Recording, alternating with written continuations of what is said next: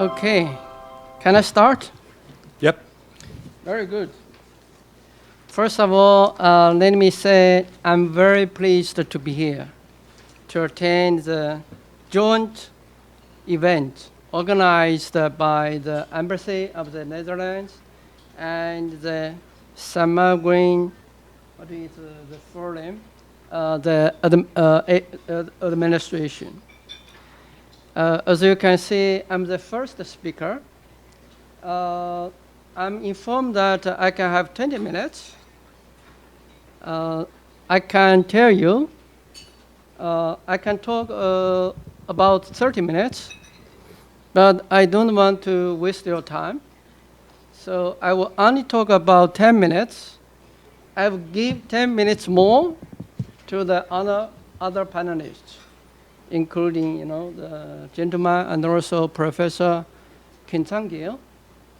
So my topic is about the global security in the world, which is, you may think, is not very much related to the subject of this seminar. Okay, thank you. But I think it's really related. FAO supports any efforts and initiatives by the government of RK and also the local government, including building the food hub in 새만금이. In this way, we will have more food availability, better food, which will address and also achieve the transformation of agri-food systems, which is not only good for our case, but is also very good for the world, particularly for the hunger and poverty people. So my presentation will cover mainly the three parts: global food insecurity today, FAO's mandate, and our case commitments to the four betters. Now, I'd like to give you some picture about the global food insecurity in the world currently. According to the FAO flagship report, the state of food security and nutrition in the world, we call it the SOFI, 2024. There are between 713 to 757 million people who were affected by hunger, undernutrition, and malnutrition in 2023, which is an increase of 152 million from 2019. That was before COVID pandemic. Around 2.33 billion people were moderately or severely affected by food insecurity in 2023. That is more than 28.9% of the global population. Now, among the almost 800 million hungry people, the majority is located in this region, in Asia and the Pacific. We are very pleased to see that the efforts, the government of RK and also the government of the Netherlands are making every effort to address this issue, not only in their own countries, but also help to address this issue globally. Now, if you may, you can see some more figures in the chart. For the interest of time, I will not explain anymore. Now, what are the main factors affecting food security and hunger in the world? In my opinion, there are mainly 5 factors. First is a conflict. There are many conflicts in the world.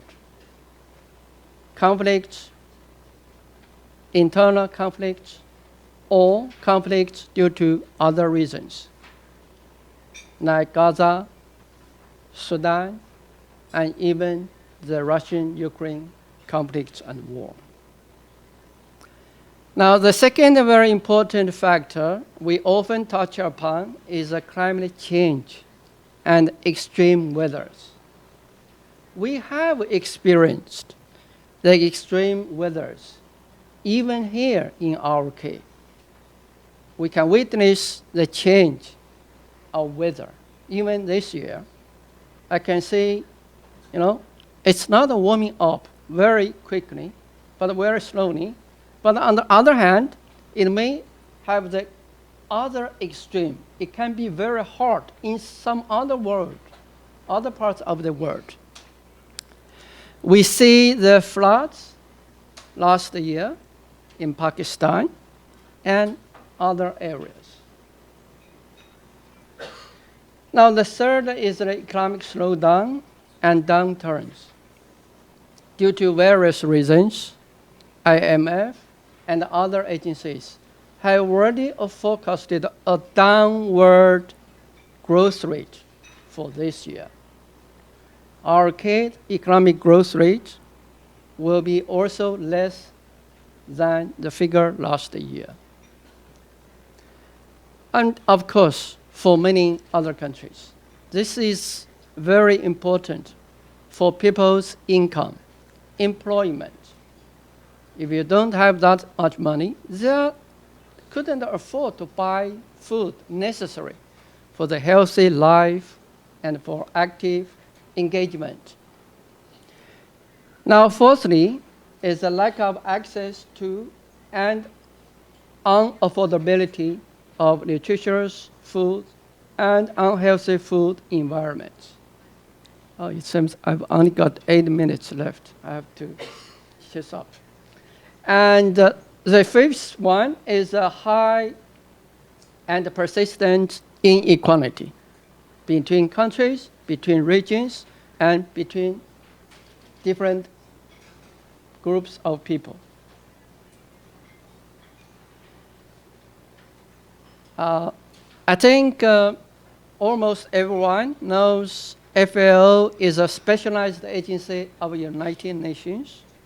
We are the center of excellence in food and agriculture, particularly in terms of technologies in food and agriculture.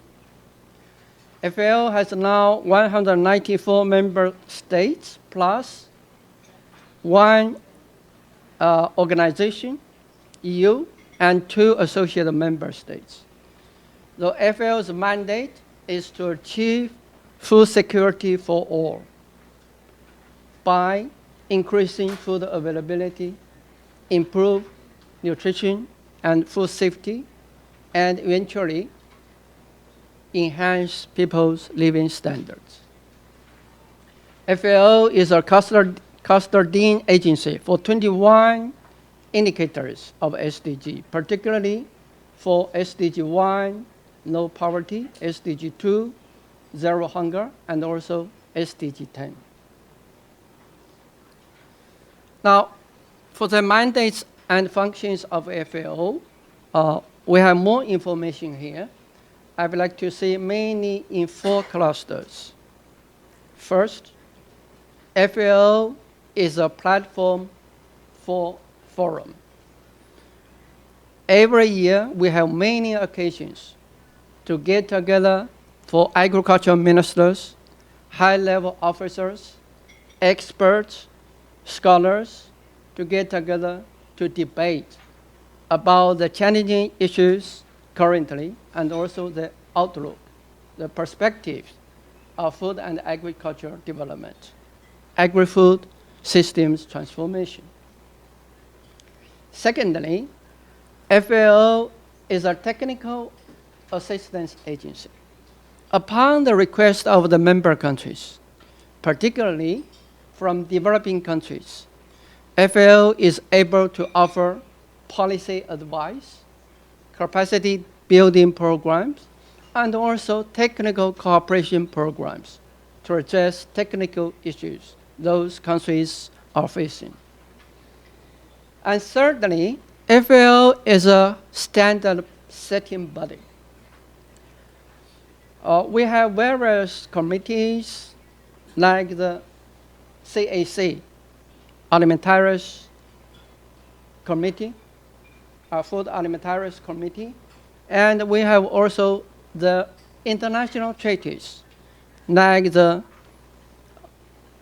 International Genetic Resources Treaty for Food and Agriculture, and many others.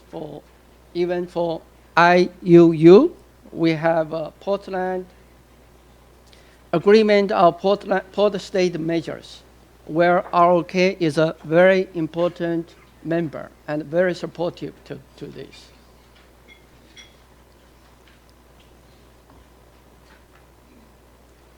Now, to address and achieve agri-food systems transformation, FAO has a new vision, aspiration, under the new strategic framework, which is very easy to remember.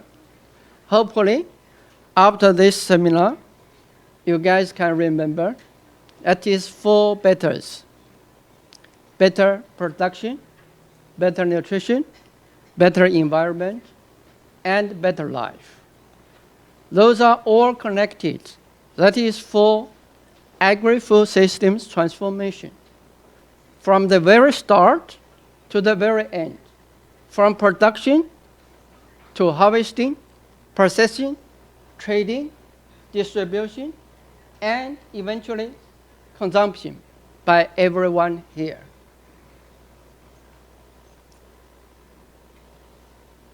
And then we have also the FAO Science and Innovation Strategy. We have a number of strategies, but I will not try to explain it in more detail,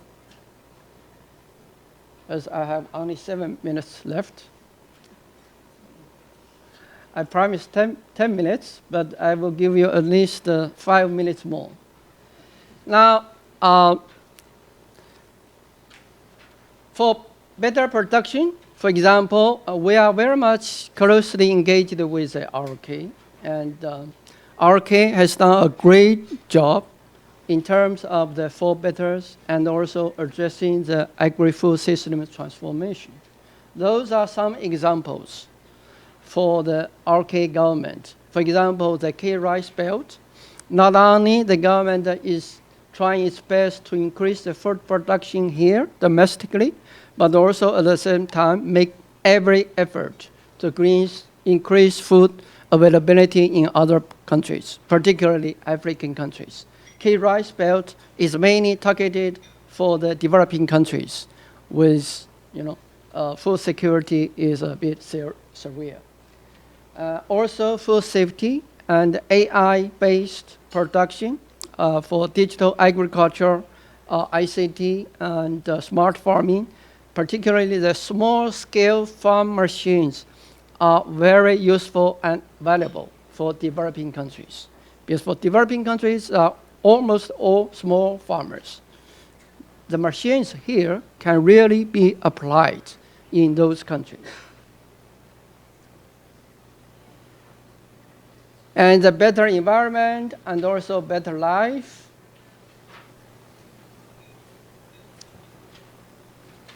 For my office, we are engaged with many RK partners. The government agencies is our primary partners. The Ministry of Agriculture, Food and Rural Affairs, Ministry of Ocean and Fisheries, RDA, Korea Forest Service, and at the same time, since Governor Kim is here, FAO is also engaging with local governments. For example, Jeollabuk-do, Ulsan, Busan, SMG, and many more.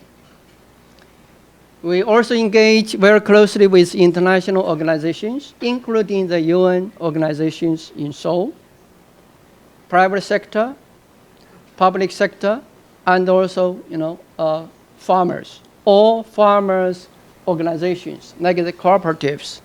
You call it non-hope.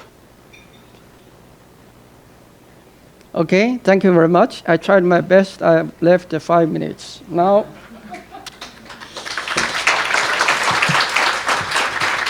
I think there is 10 minutes for questions and answers, right? Yeah, we will have a. I will do it now or later. We are now. 혹시 질문 있으신 분 혹시 질문 해주시면 감사하겠습니다.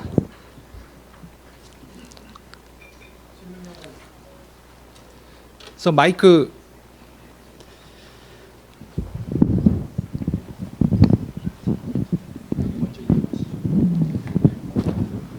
질문이 하나 있습니다. 우리 전라북도하고 새만금 지역에는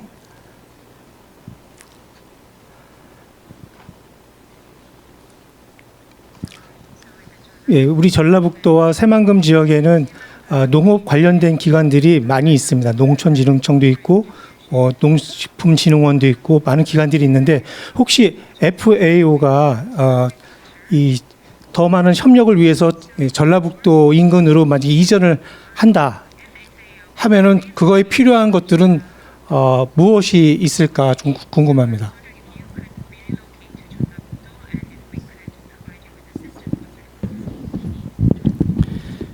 Thank you very much. I don't think that is a question.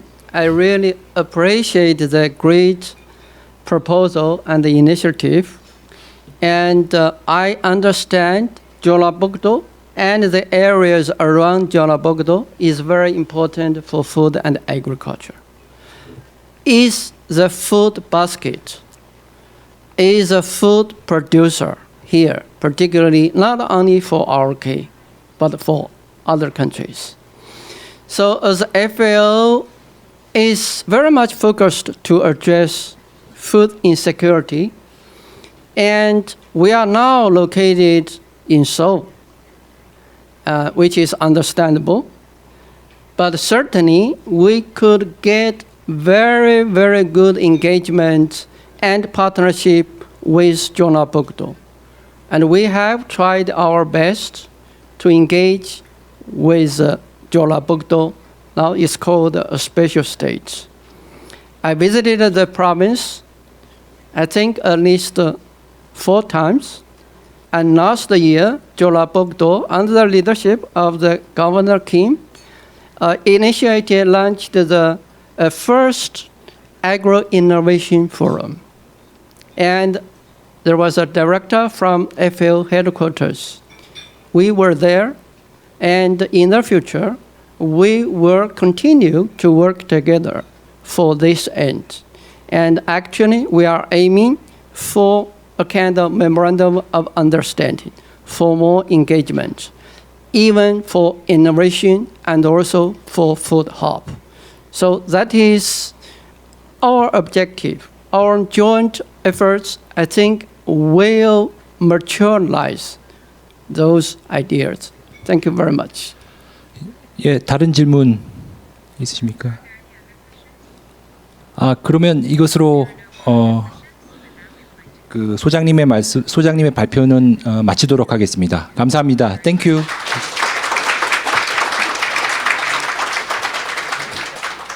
다음 발표는 그 농식품부하고 전라북도에서 지원을 하셔가지고 네덜란드 와게니겐에서 푸드허브와 관련된 타당성 조사를 한 바가 있습니다. 근데 그 당시에 저희가 그 푸드허브 타당성 조사를 도움을 드리기 위해서 저희 자체 주한 네덜란드 대사관 자체 예산으로 한국의 농업 물류 상황을 한번 들여보자 하고 자체 비용으로 연구를 진행한 게 있는데 그거를 다른 분들보다는 좀 짧게 한 10분만 우리 주한 네덜란드 대사관의 농무참사관인 링 노벨께서 발표를 하시도록 하겠습니다. 박수로 환영 부탁드립니다.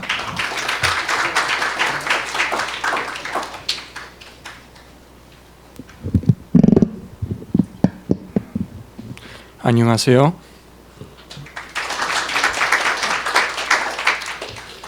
Good afternoon, everyone, and thanks for coming. My name is Rick Noble, Nongmu Chamsagwan at Dutch Embassy in Seoul. I was told I have 10 minutes and the clock started ticking already. and I gladly pass on the saved 5 minutes to the next speakers. It's okay. Yeah, okay. Right, so I will give a brief presentation about agro-logistics sector study of the Republic of Korea that was carried out by Wageningen Food and Bio-Based Research. This is the same knowledge institute that carried out the supporting research for the food hub development in the 새만금 area. And as pointed out before, the ties between the Netherlands and 새man금 are very strong. And one of those links is with Wageningen University. And a crucial, one of the core fields of expertise of Wageningen is agrologistics. And Wageningen Food and Bio-Based Research carried out a quick scan to analyze the Korean agrologistics ecosystem. And you might think, why is the Dutch agricultural counselor presenting on the Korean ecosystem in agrologistics? I think it is because the Netherlands, including Wageningen University, has a strong background in agrologistics. We are a major food producer and exporter. Actually, Mr. Kim, the co-chairman of the committee, made my task very easy by explaining how the Netherlands is a powerhouse in agri-food imports and exports. And the key component in that is agrologistics. It brings together the primary sector and logistics expertise as an integrated system. It is more than only transportation. It involves every part of the agricultural value chain. So it includes all post-harvest value-added activities in all the links of the agro-food sector, from raw material to product and from the fresh sector to animal products. Agro-logistic systems are at the core of upholding the continuity of the complex global food system, even during major disruptions, such as during the COVID-19 pandemic. And it's also thanks to the FAO that we talk about food systems, to make us realize that we don't operate in a vacuum, but in a globalized system with a lot of dependencies that is not only about exporting, importing, but also about the value of people and sustainability. I should have a clicker. There it is. All right.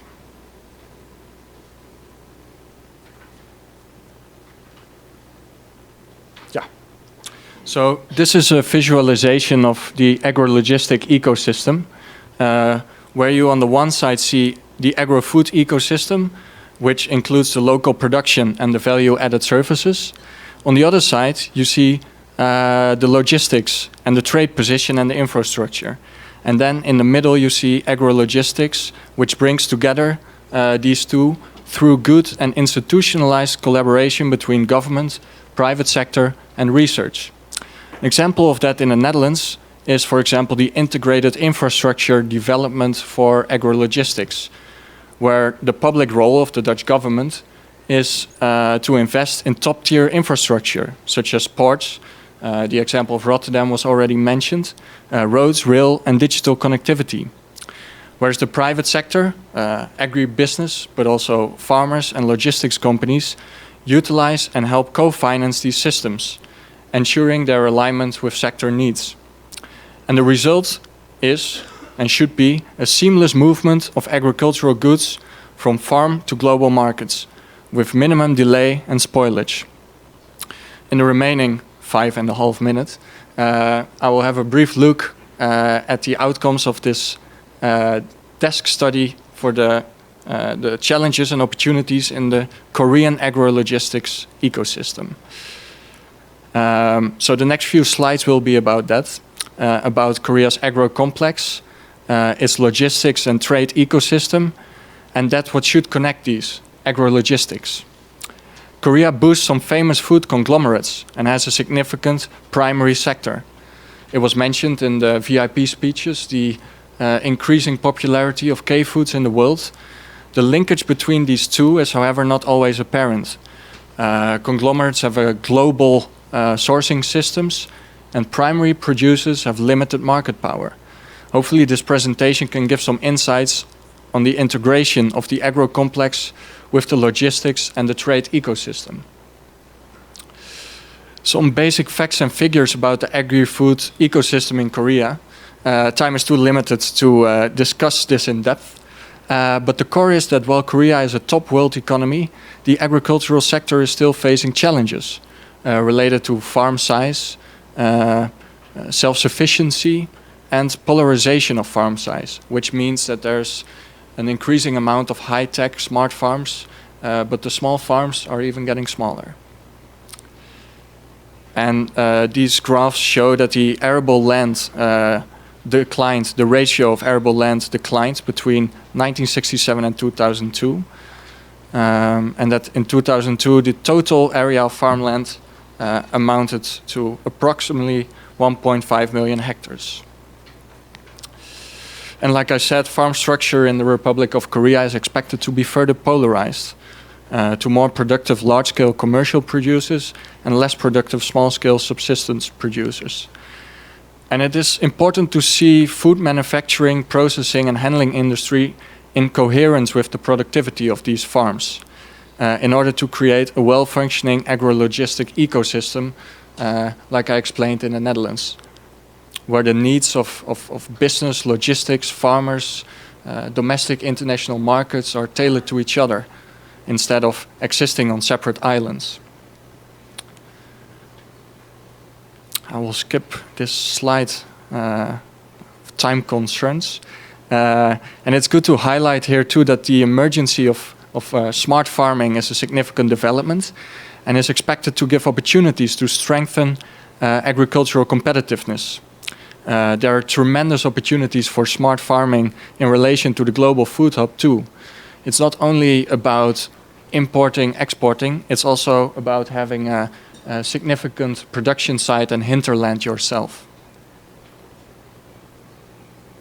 Yeah.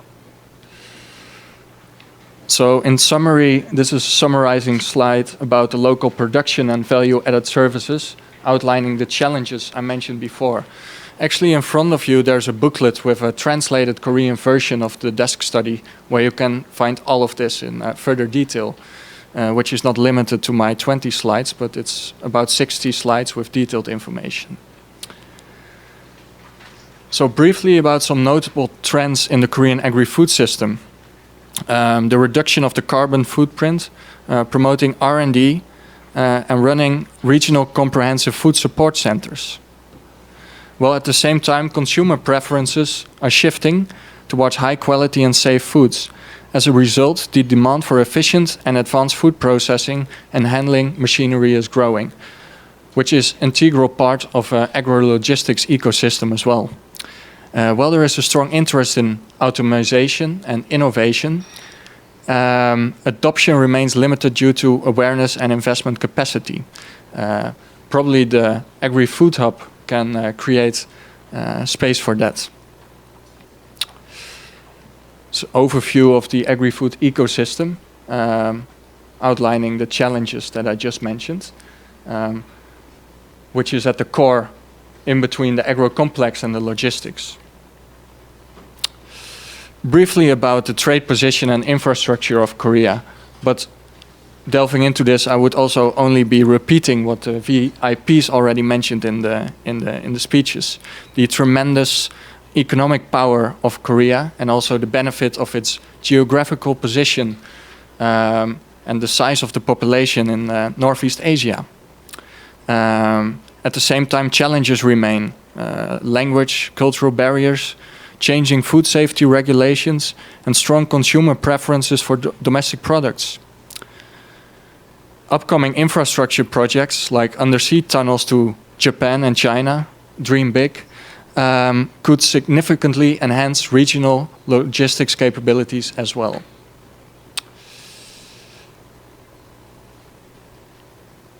I'll skip these slides. Officially 7 seconds left. I'll make some use of the 5 minutes that were passed on to me.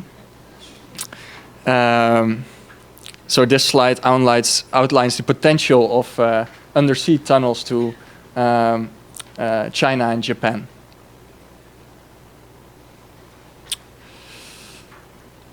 So this slide is about the quality and competitiveness of value-adding logistic services in Korea. A challenge here is that, opposite to the Netherlands, in Korea, food supply chains are long and sometimes inefficient, which leads to high distribution costs, which also pushes up the consumer price for especially vegetables and fruits, sometimes even half of the consumer price. And also in this sector, fruits and vegetables, the food waste is the highest. It's also a challenge that is often highlighted by the FAO, the tremendous losses in the chain and the economic losses that encompasses as well. So a well-functioning agro-logistics system with a functioning cold chain and good distribution can prevent a lot of those losses, creating economic value, preventing further bad influence on our climate and living systems.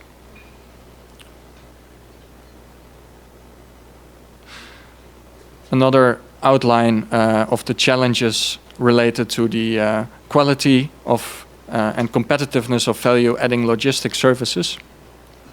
I think in the booklet you have, it's worthwhile to have a further look at those graphs and diagrams because it really shows how everything is connected to each other. But I will not further delve into that this moment. This is an important slide because it focuses on the core strength of, I think, the Netherlands in general, but also a core part of the findings of Wageningen University, that public-private cooperation could be much more focused on developing the sector as a whole, linking the agro-complex with value-added logistics, through linking production systems with processing, handling, and national and international markets, a fully integrated agro-logistics ecosystem. A global food hub can play a pivotal role in terms of connectivity and productivity of such a chain. This is a complicated slide outlining the strengths, weaknesses, opportunities, and threats. I will briefly summarize it. Strengths include strong institutional cooperation in Korea, a well-organized trade network. Challenges relate to small farm size and integration of the primary economy into the broader value chains. Also import dependency and logistics inefficiencies. Those are all things that can be solved in a well-functioning agro-logistics ecosystem that could be developed in the global food hub. And there's opportunities in smart agriculture, high-value production, and technology transfer. For example, with the Netherlands. So some concluding remarks, and I think this was a really fast-paced presentation, so please have a look at the booklet that's in front of you. And for those of you who don't read Korean, we also have an English version online. So Korea has built a strong foundation for innovation in agriculture and logistics. The challenge is more a matter of bringing those together. What we've learned from the Dutch experience is that long-term success comes from integrated approaches and working together, where government, business, and research work closely together to co-create solutions. By working together, we can co-develop agro-logistic solutions that are innovative, efficient, and tailored to the needs of Korean producers, processors, and consumers. Dutch companies are not just interested in Korea to export technology, but they are also interested in partnerships that build sustainable and locally adaptable solutions. These were the main findings from the report and my brief presentation. I want to once again thank all the VIPs for being present, but also all the participants, SDIA for co-organizing, and I also want to mention a word of thanks to everyone who makes this possible behind the scenes, including great moderator, my colleague Ho-Jin Kang, and of course also the translators, for example. Thank you. 예, 박수. 질문 있으신 분들은 질문하여 주시기 바랍니다. 지금 상당히 짧아서 그런데 저희가 주최 측이라서 이제 다음에 발표하실 분들이 네덜란드 12시간 비행기를 타고 이 세미나를 참석했기 때문에 우리 농무 참사관인 릭 노벨 씨가 자기 시간을 드린 겁니다. 그래서 짧아진 거고요. 또 다른 이유는 지금 보시면 농업 물류, 지금 대한민국 농업 물류 연구라는 거를 저희가 영어로도 연구했고 전부 한국말로 번역해가지고 만들었습니다. 이 내용에서는 푸드 허브가 성공하려면 우리나라에서도 아그로 로지스틱스, 농업 물류에 대한 인식이 좀 필요하다고 생각했습니다. 그 농업 물류의 중요성을 알아야 푸드 허브가 발전하다고 보고 한국 그 푸드 허브의 발전과 농업 물류 발전을 위해서 저희가 진행했는데 발표 시간이 너무 짧아서 그렇긴 하지만 다음 분들이 또 좀 12시간 타고 오셨는데 20분만 발표하긴 그래서 30분 다음 분들은 발표하는 걸로 그렇게 하겠습니다. 이 연구에 대해서도 배경을 드리면은 저희가 푸드 허브 연구를 도움을 드리기 위해서 농업 물류 연구를 저희 대상한 예산으로 했고 이번 거는 작년에 또 네덜란드 정부, 네덜란드 기업청 내에서 공간 계획에 대한 사업 공모가 있었습니다. 그때 저희가 새만금을 대사관에서 제안했는데 됐습니다. 돼가지고 작년에 새만금을 공간 계획적 차원에서 바라보고 여러 아이디어를 제공하는 연구를 진행했습니다. 그걸 위해서 한국에 왔고 조금 길게 30분 동안 그 네덜란드 기업청에서 발표를 하도록 하겠습니다. 따이사, would you come here for the next presentation? 박수로 환영 부탁드립니다.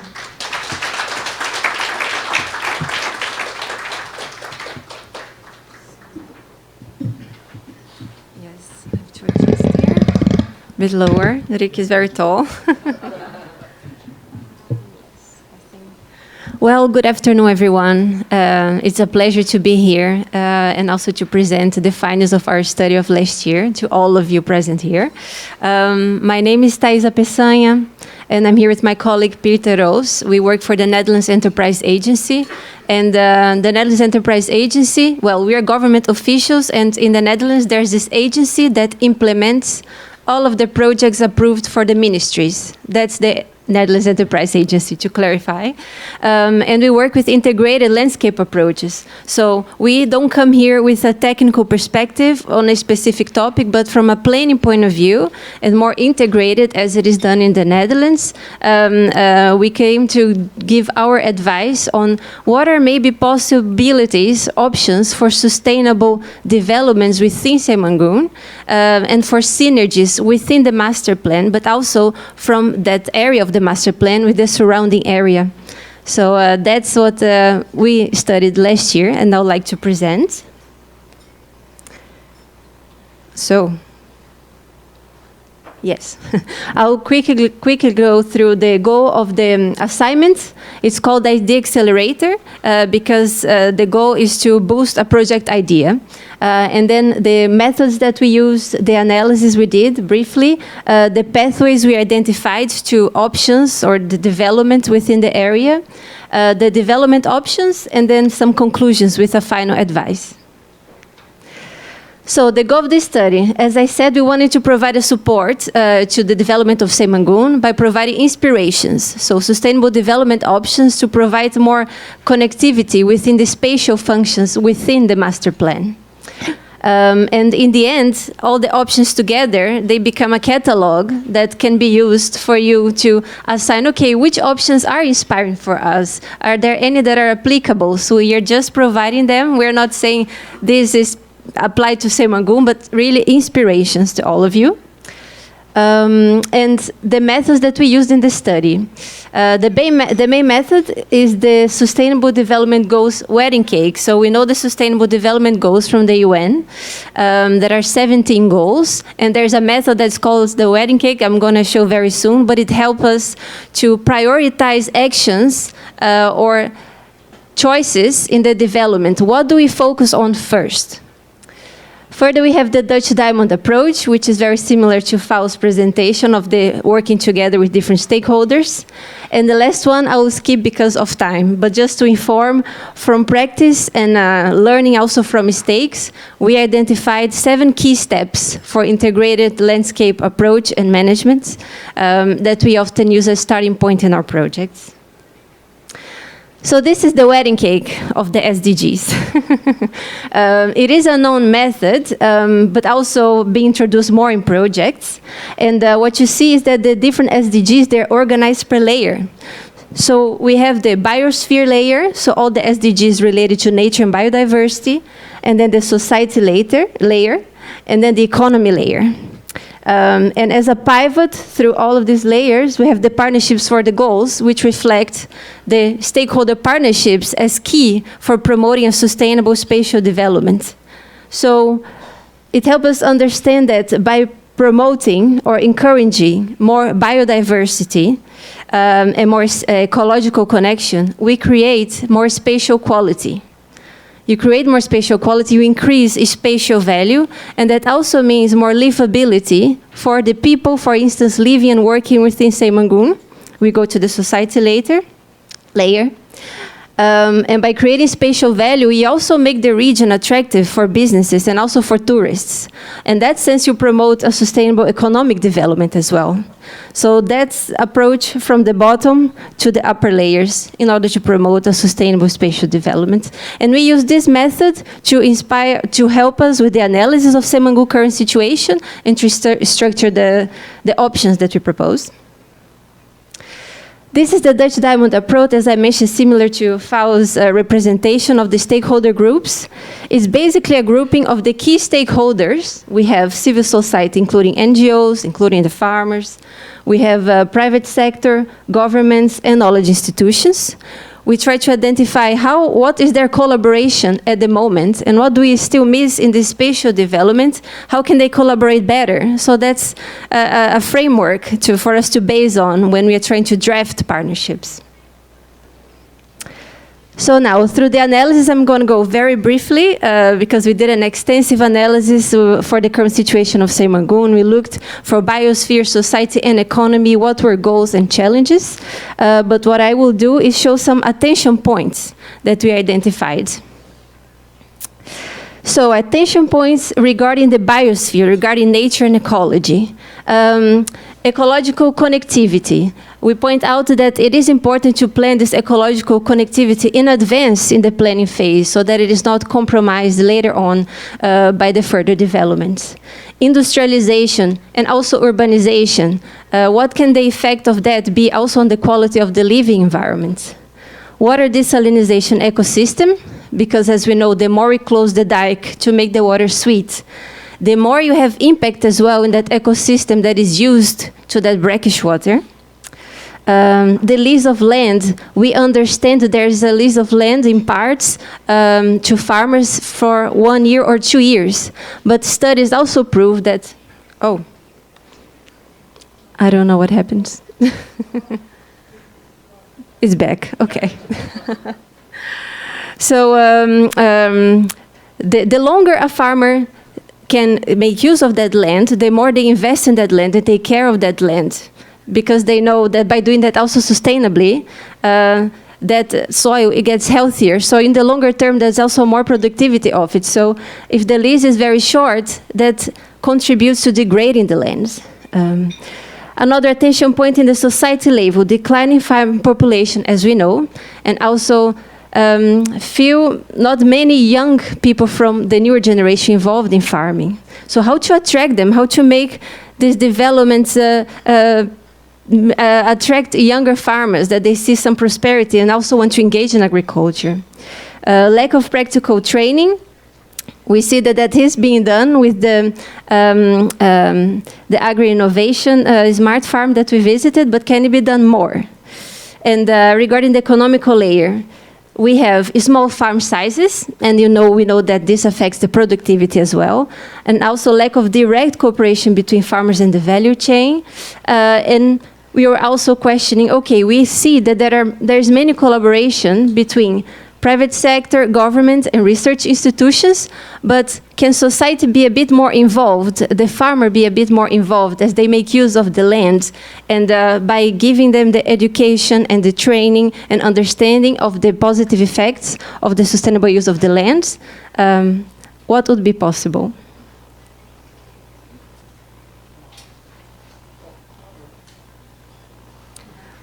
I'm not doing anything wrong. Okay, next. So now we are going to the options that we identified for the sustainable development, but we structured these options in pathways. And these pathways here, they're basically directions that the development can take. That's basically what it is. So the first two are more related to the biosphere. We have dike closed to dike open. So what is the degree of openness of the dike? The dike is never going to be closed because there's two rivers flowing in there. But what is the degree of openness? Also regarding the green and blue network from a regional level up to a more local level. And in the society, regarding to socioeconomic development, we have two other pathways more related now, export-oriented and domestic-oriented, and soil-independent, so the smart farming greenhouses, and soil-based, the arable plantations. So now we go to the options. So for the first pathway, per pathway, I'm going to present the options that are more related to them. So we have from dike closed to dike open. As we said, the dike cannot be fully closed, as we know. But it's also important to understand that the more we close the dike, also for sweetening the water, again, the more we have impact in the current ecosystem that is used to the brackish water, and the more of the risk, according to the pollution coming from the rivers, that water can die. So there is an attention point to that. And the more we open the dike, yes, the more salt water in, the more brackish water is created, but there are opportunities for creating sweet water within this area that we're also going to show. So for each option that I show, we'll see images of some Dutch examples, and in the link down to the right, there's the name of the project or of an organization involved in the project. So this first one we call storm safe and slightly open. So this is for the case of the dike. I'm waiting too long to click, that's why. This is for the case of the dike being a little bit open, but not too much. So in case there's a storm, the dike closes, safety first. However, what happens here is that when the sea tide is higher, much higher than the lake, the dike opens so that the fish make use of that force and they can flow into the lake and also lay their eggs. So it also contributes to these fish species, so to ecology is very positive. And also, good to remind that maintaining the tidal action inside of the lake, so allowing that water to come in, as water brings sediments, you also create in the longer term river banks within the lake, which means it's also better for the climate resilience. We also have another example of the Afsluit dike in the Netherlands. So that dike is 2 kilometers shorter than the one in 새mangoen. And this is the example of the fish migration. So what they did is, you can see a path here on the left side of the image.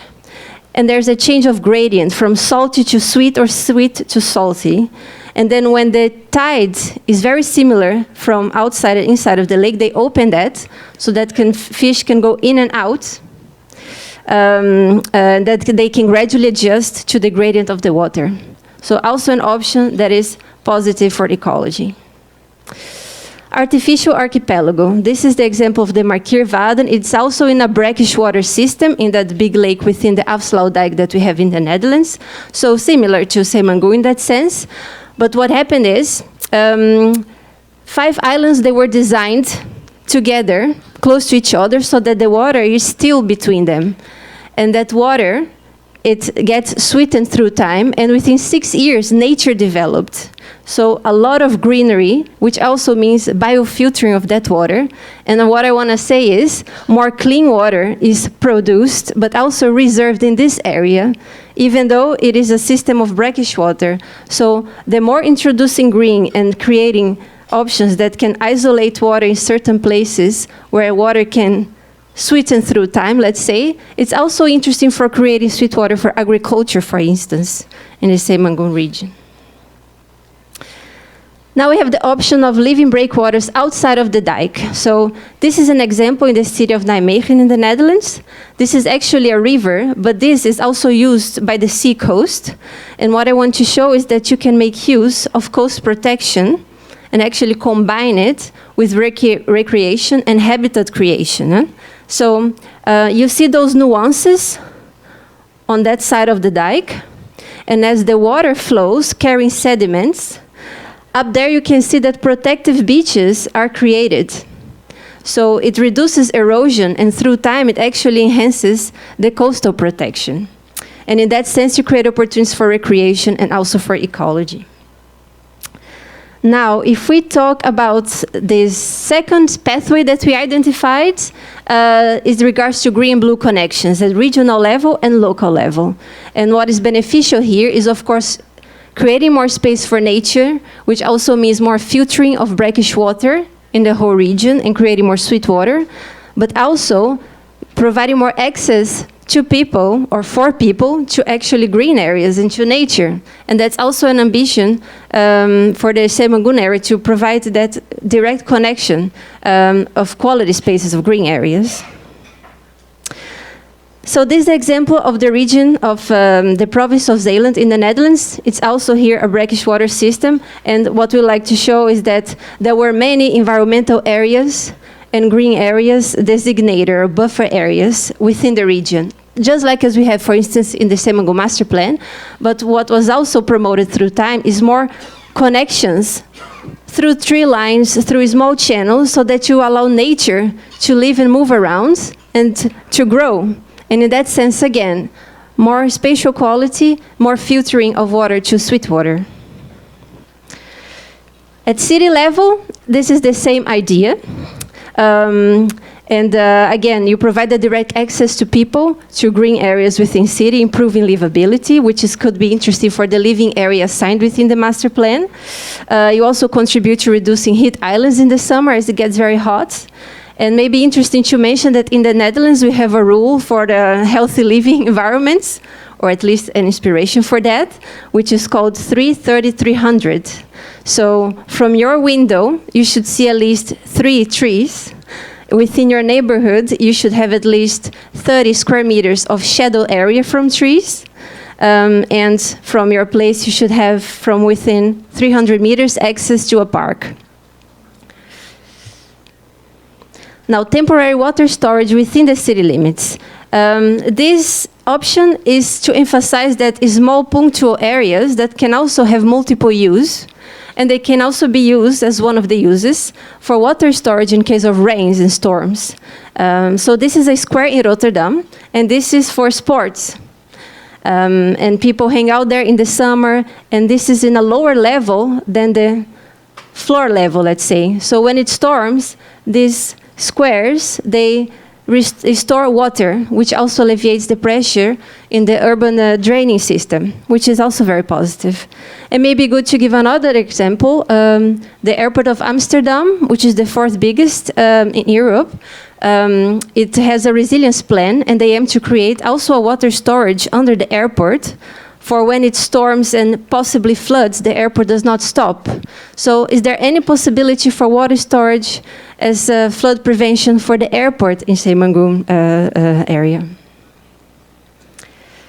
But what about the countryside, and also very interesting for the agriculture? In the Netherlands, we have poldered areas that they get filled when it storms. So then you store rainwater, which is water you can use for agriculture. That's also a possibility for the agriculture area, maybe, of 새만금.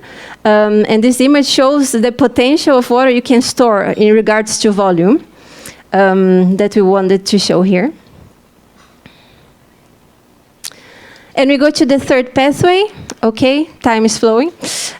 We have from more soil independent to soil based. So we talk about smart farming greenhouses and the opposite.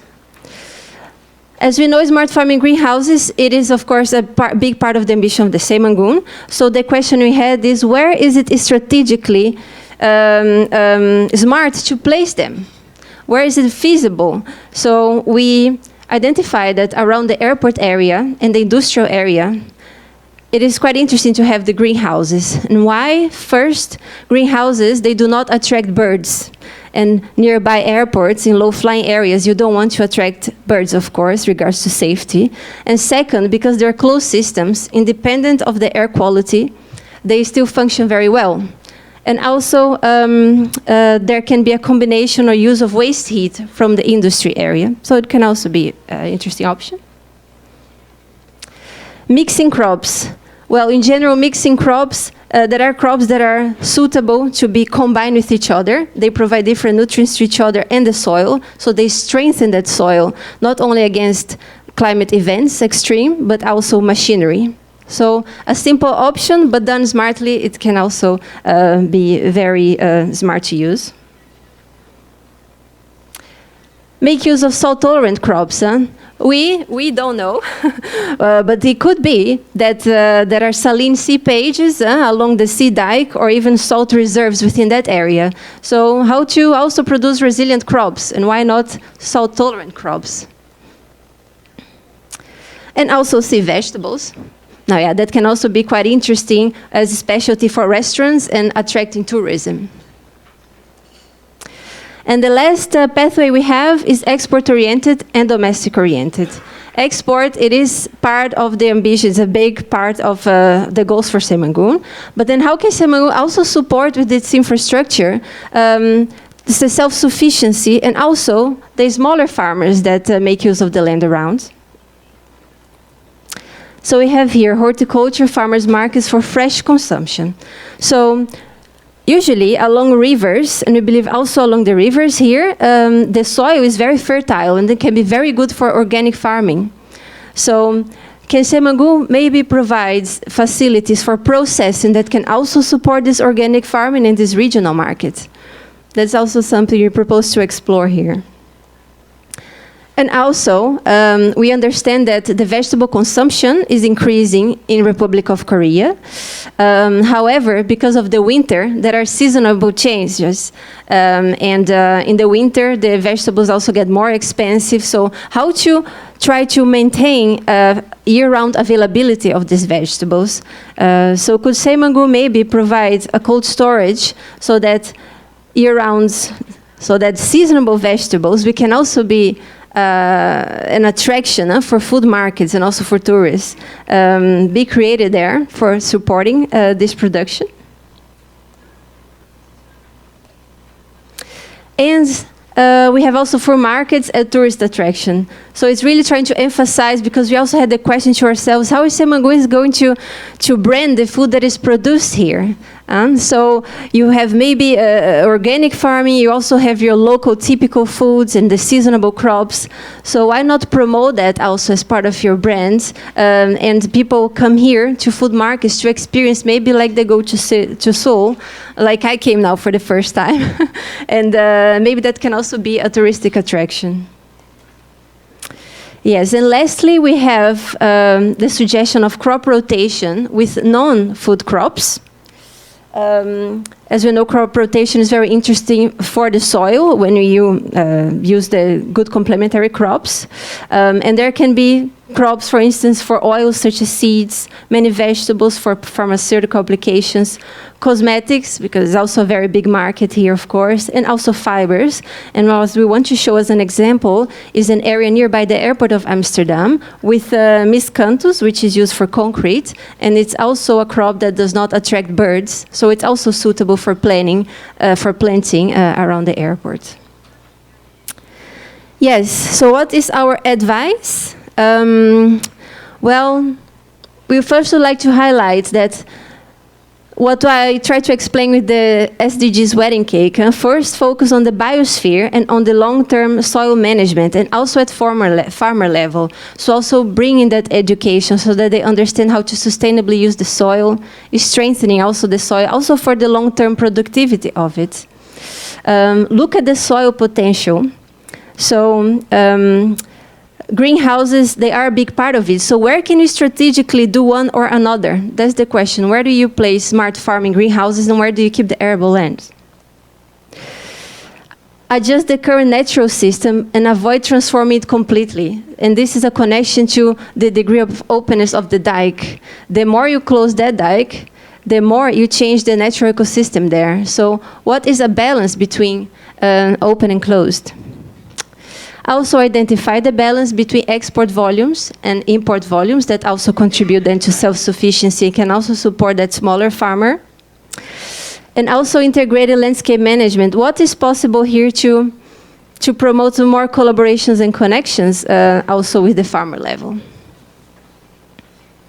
And Last but not least, invest in awareness and sustainable land use practice. As already mentioned, identify how to make sustainable agriculture attractive to younger generation, which we know is also something that is important to think about. Maybe the way you brand the food that you produced, that they see that's a prosperous market, that they get interested in joining it. And cross-country collaborations. As we all know, we are open to learning also from each other. In this study, we also learned a lot from the context of Republic of Korea and Saemangun, and we are happy to exchange expertise and knowledge as suitable for all of you present here. So I would like to thank you all very much. Thank you. Thank you. 예, 여러 아이디어들이 나왔는데 혹시 질문 있으신 분 질문 부탁입니다. 먼저 정일정 국장님. 오늘 좋은 발표해 주셔서 너무나 감사드립니다. 지금 우리나라는 지금 새만금에다가 간척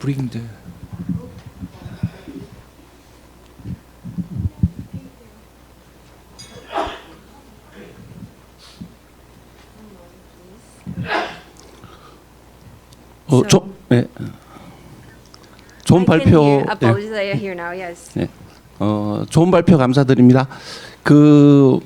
우리나라에서는 지금 새만금을 새로운 간척지로 해가지고 여러 농업허브라든가 이런 거 만들려고 노력을 하고 있는데, 네덜란드는 그동안 이런 간척지 개발을 통해서 상당한 이제 경험을 축적하고 있는 그런 입장에서 보셨을 때, 지금 사실 네덜란드는 땅이 우리나라의 지금 남한 면적이 한 40% 정도 돼서 인프라스트럭처라든가 이런 것들이 다 가까이 있는 그런 상황이었는데, 지금 새만금을 개발해가면서 어떠한 그런 농업 허브로 만들어갈 때 챌린지가 있을 것 같고, 어떻게 그거를 갖다가 극복해 나가야 될지, 그런 것들에 대해 어떤 점을 유의해야 될지, 그런 데 대해서 조언을 해 주실 수 있으시면 그런 점에 대해서 알고 싶습니다. 그리고 나머지 하나의 질문은 랑노벨 농부창사님께 드리고 싶은데요.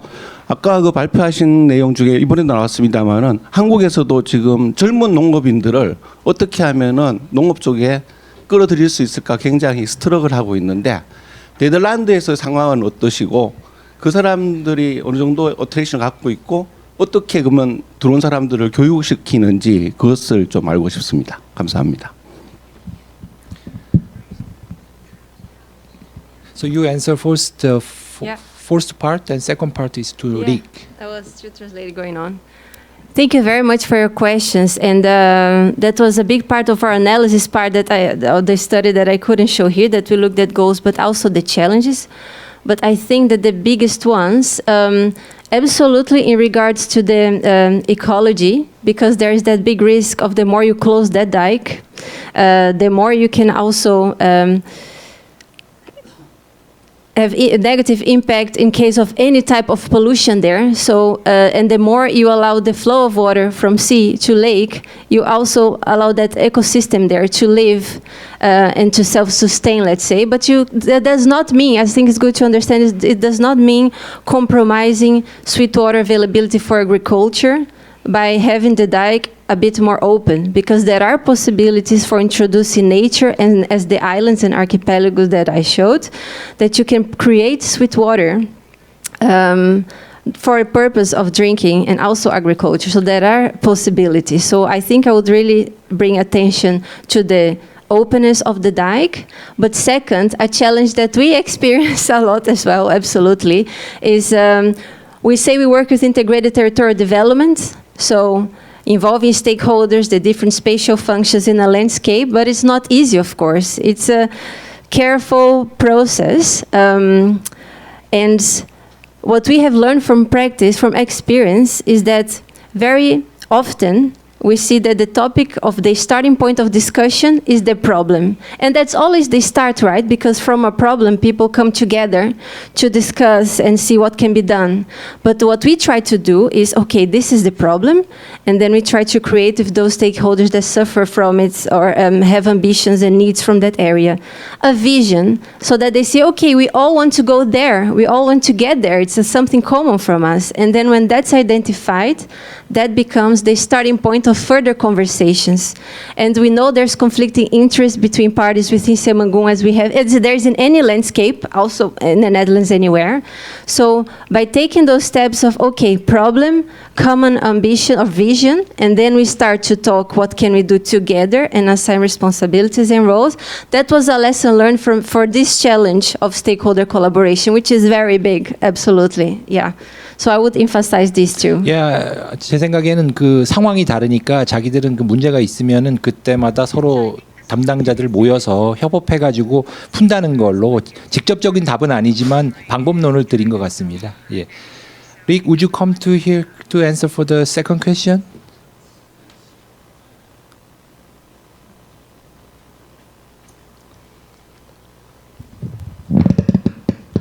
Yeah, thank you for your excellent question. I think it's something close to my heart, and it's something I think about a lot, because I'm from a generation of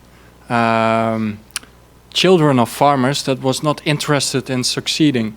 My parents are dairy farmers, and since I was young, I woke up early to help to milk the cows, and I was part of the generation that said, well, I can become a diplomat. I want to see the world. So I think that generation, young people of my age, started exploring other jobs. And it's difficult to find people to succeed farmers or to study agriculture. But that's a more traditional way of approaching employment in agriculture. It's more on an expectation basis. You grow up in an agricultural environment and you're expected to remain in that environment. But what I see in the Netherlands and elsewhere in the world, because this is a global challenge, a new type of agricultural specialist or worker. People that are interested in high-tech technologies, that see that farming is very high-tech and innovative. When I went to university in Korea to give a presentation about smart farming, most of the smart farming students do not have a farming background, not a family that is in farming. And next to the people that are interested in technology, there's also idealistic people that see the global challenges related to food production, to climate, to biodiversity, and they want to be involved. And they recognize that being involved can be done by working in agriculture, working in science, addressing these global challenges that are very much related to agriculture. So different than how I grew up and the choices I made to not become a farmer or to work in agriculture. Well, now I'm agricultural counselor, so it's related, but the new generation has different motivation, different reasons to be involved in agriculture next to the people that are already involved in farming. So thinking differently about it and analyzing different incentives for people to be involved in agriculture helps us to look at it differently and to attract more people to smart farming or farming and agriculture in general. I hope that's an answer. 예. 시간 관계상 한 분만 더 질문을 두 분 지금 질문하신 분 두 분 짧게 부탁드리겠습니다. 먼저 뒤에 분 먼저. 예. Jorgin, can I only just give one addition? Okay. 예, 질문 하나 드리겠습니다. 일단 그 새만금의 현재 이제 용수 그리고 전기가 아직 공급이 잘 안 되는 상황인데 그 네덜란드에서 에그리포트 A7이나 이런 곳에 빗물을 통해서 그 용수를 저장을 하고 그걸 통해서 스마트 파밍을 하는 사례 그리고 자체적으로 CHP를 통해서 에너지를 활용한 사례가 있는데 예를 들어서 뭐 단기적으로 한 5년 안에 이런 솔루션을 이제 한국에 적용한다면 물론 이제 계산을 해봐야 되겠지만 거기에 대한 경제성 그리고 이후에 이제 지속 가능성에 대한 걸 질문을 드립니다. 배경은 그 새만금 인근에 있는 대형 영농 법인들도 필터링을 해서 지금 스마트 파밍을 하고 있고 이런 부분들이 장기적으로도 충분히 고민이 돼야 될 것 같은데 미리 좀 고민을 해보신 네덜란드는 어떻게 이 부분을 기술적으로 아니면 경제적으로 보고 계신지 궁금합니다.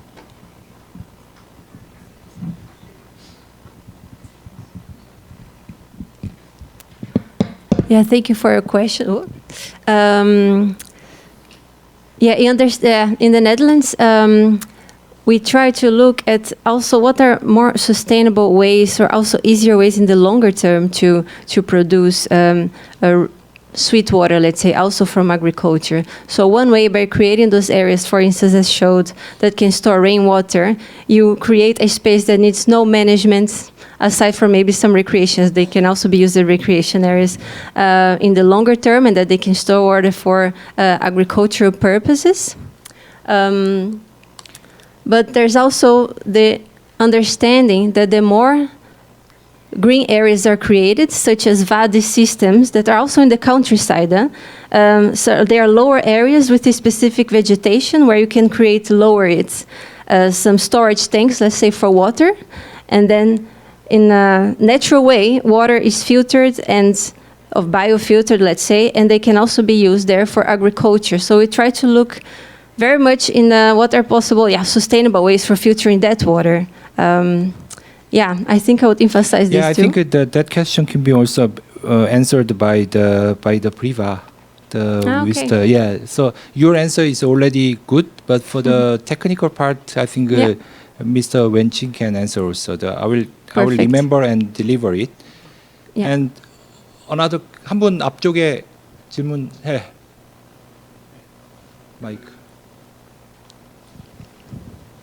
감사합니다.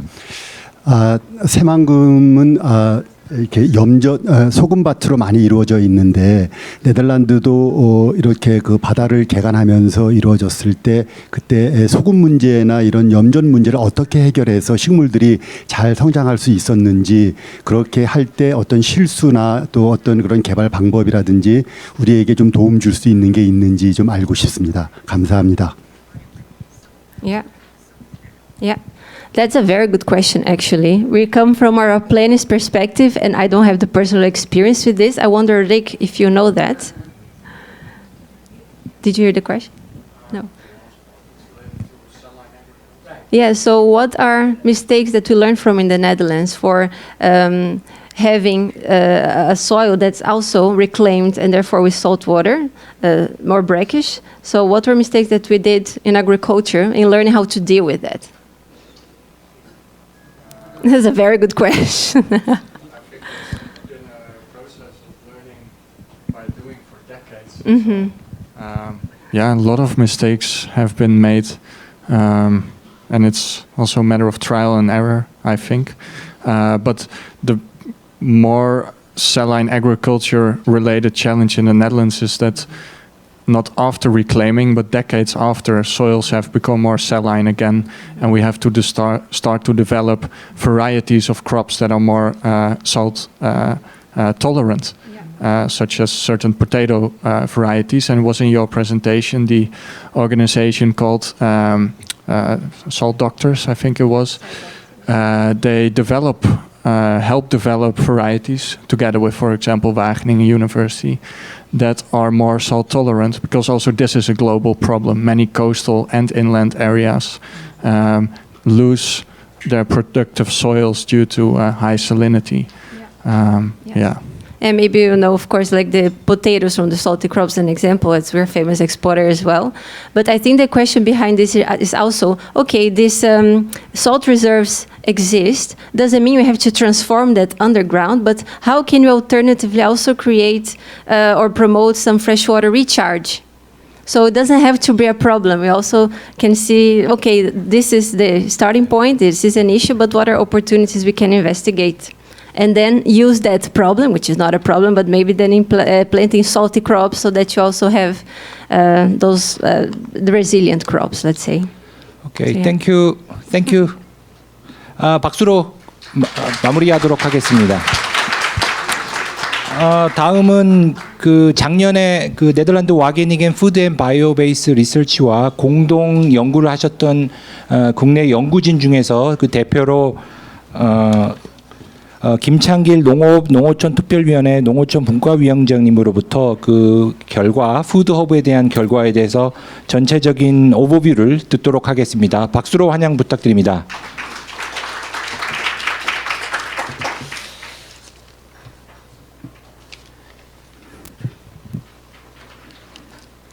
네, 방금 전에 소개받은 김창길입니다.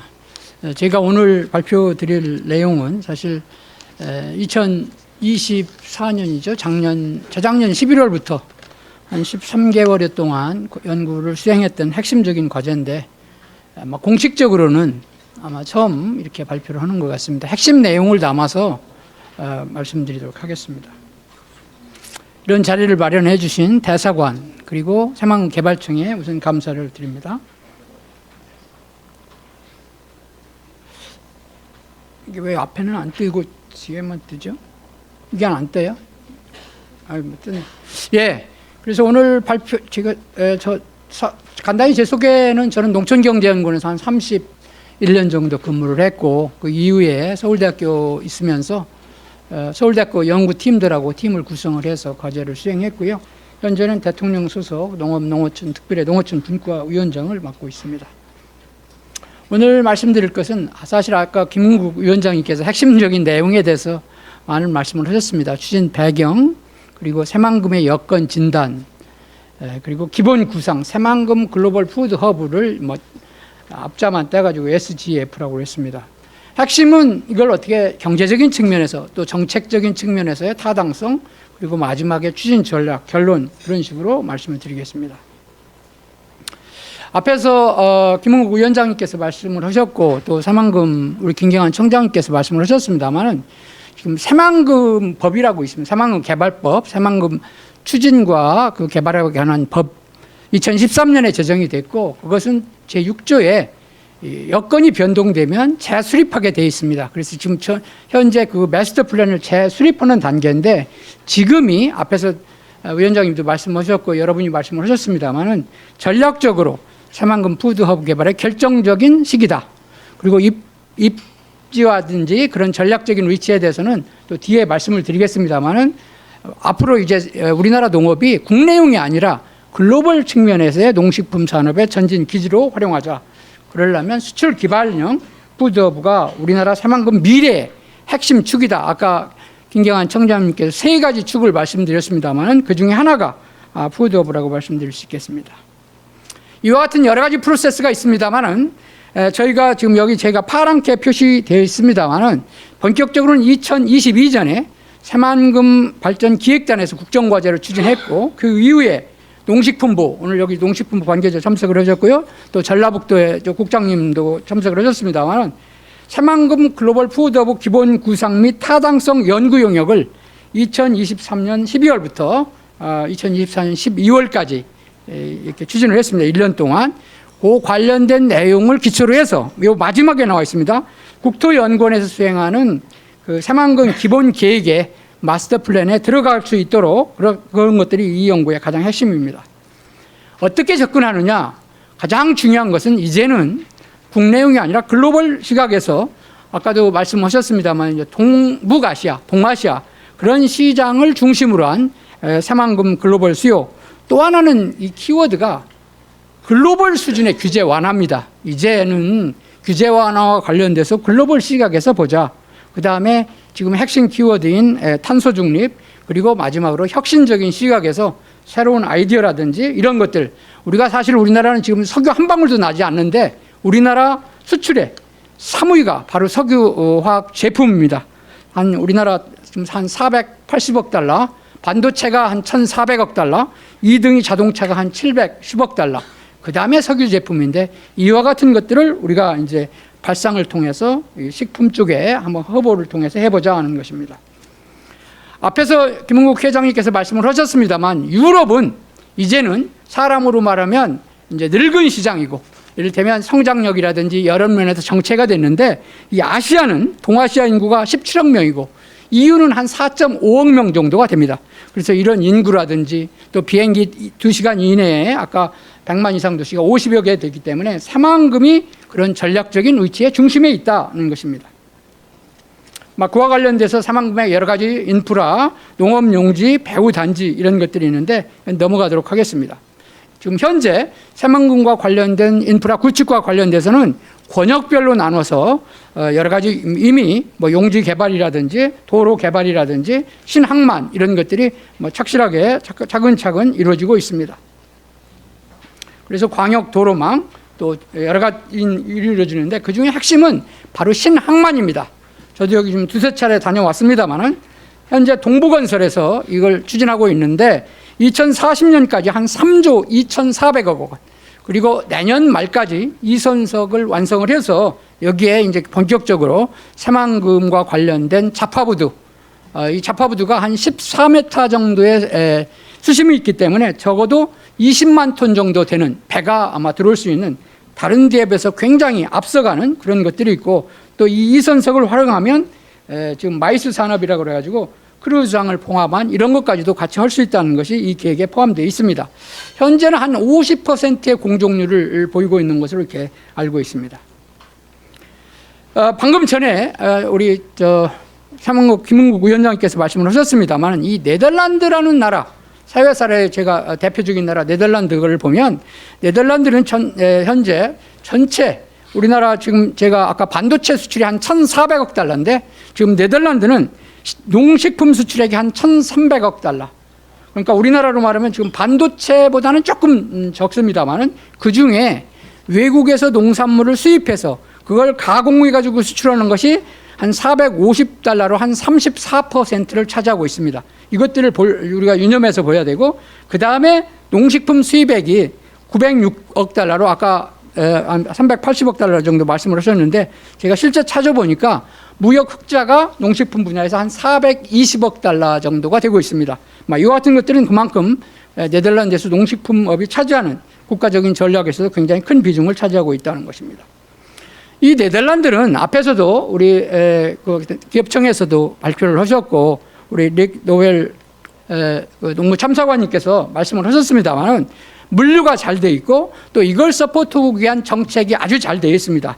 특히 노테르담 항만이라든지 암스테르담 항만 이런 쪽에 대한 항만을 육성하는 쪽, 그리고 가장 중요한 것은 이 항만을 기초로 한 물류라는 것은 결국 아까 물품이 잘 이렇게 생산해서 가공하고 유통해서 소비자까지 가는 이런 전반적인 브릿지를 잘 하는 윤활유와 같은 역할이 바로 이 물류기 때문에 이런 것들이 잘 돼 있고, 특히 탑 섹터 정책, 우리나라 말은 주력 산업인데 현재는 9개에서 10개 정도가 주력 산업인데 농식품 분야가 2분야를 차지하고 있습니다.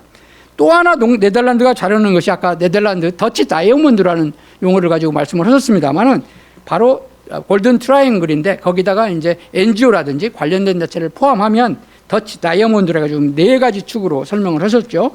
이와 같은 것들이 네덜란드가 아주 잘하는 그런 정책입니다. 이 로텔담 항만은 새만금의 한 30%도 안 됩니다. 제가 보니까 12,600헥타, 새만금이 아마 49,900헥타니까 새만금의 한 3분의 1도 안 되고, 그 중에 실제로는 육상만이 한 7,900헥타 정도 되기 때문에 새만금은 한 29,000 정도 헥타르 정도 되거든요. 새만금의 한 3분의 1 정도 되는 데인데 이런 물류 시스템이 아주 잘 되어 있습니다. 그 중에 이 새만금에 우리가 지금 글로벌 푸드허브라는 용어를 쓰고 있는데, 네덜란드의 이 식품 푸드허브는 크게 3가지로 되어 있습니다. 푸드허브 조성과 관련된 표시를 했고요.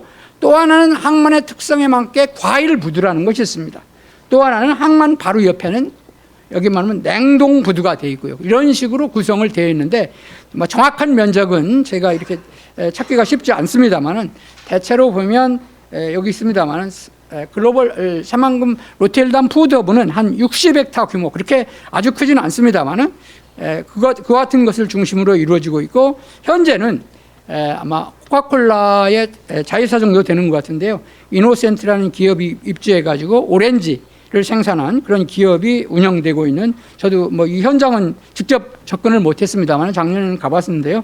이런 것들이 이루어지고 있고, 또 하나 이제 암스테르담은 제가 면적으로 보니까 한 22,600헥타, 그 중에 육상 면적을 한 2,000헥타 정도 되기 때문에 그렇게 크지 않은데, 그 중에 바로 이 코코아 클러스터라는 것이 있습니다.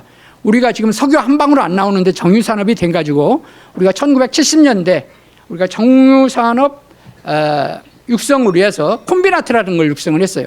이 바로 코코아 클러스터라는 것이, 네덜란드는 코코아가 하나도 생산되지 않습니다. 주로 아프리카에서 수입해가지고 이걸 가공해가지고 초콜릿 원료로 만들어서 수출하는데 여기 나와 있습니다만은 세계 무역량의 거의 한 20%를 차지하고 있고 가공 부가가치로 보면 한 16억 2조 3천억 원 정도가 되는데 우리나라 라면 수출하는 것이 1년에 한 13조 원 정도 되는데 라면보다도 굉장히 많습니다. 일단 고용도 많고 그래서 이런 그 코코아 클러스터가 잘 되고 있습니다. 푸드허브와 관련돼서는 뭐 여러 가지가 있겠습니다만 궁극적으로는 관련된 농업과 관련된 가치사슬의 이해관계자가 모여서 이 집적단지를 만들어서 수집하고 유통하고 강화하는 이런 집적단지를 말씀드릴 수 있겠습니다. 막 그걸 그림으로 좀 표시했고 좀 시간이 많지는 않기 때문에 구체적으로 설명드리기는 쉽지 않습니다만 농식품의 어떤 비축 가공단지도 될 수가 있고 유통단지 궁극적으로는 해외 수출과 연계되는 이런 것들로 볼 수 있을 것 같습니다. 이게 가장 핵심인데요. 어디에다가 그러면 뒤에서 이제 2부에 또 새만금 개발청에서 또 발표를 하던데 어디에다가 입지하는 것이 가장 접근성이라든지 관련 사업과 연계성이라든지 부지 가용성문에서 가장 바람직하느냐 우리가 한 4가지의 시나리오를 가지고 검토를 했습니다. 항만 배후 부지 신항만이죠. 바로 지금 이선석이 내년에 이제 완성이 되고 하는 것들인데요. 두 번째는 복합 개발용지 항만 배후 특구인데 이건 어떻게 보면 이미 수변도시 관련된 지역이라고 보면 될 것 같습니다. 세 번째 구역은 새만금 산업용지 스마트 지역인데 이것은 굉장히 먼 지역이고 여기에는 이미 뭐 좀 수산 분야는 여기서 있는 건데 나중에 2부에서 발표가 되는 것 같고요. 그 다음에 네 번째는 농생명용지입니다.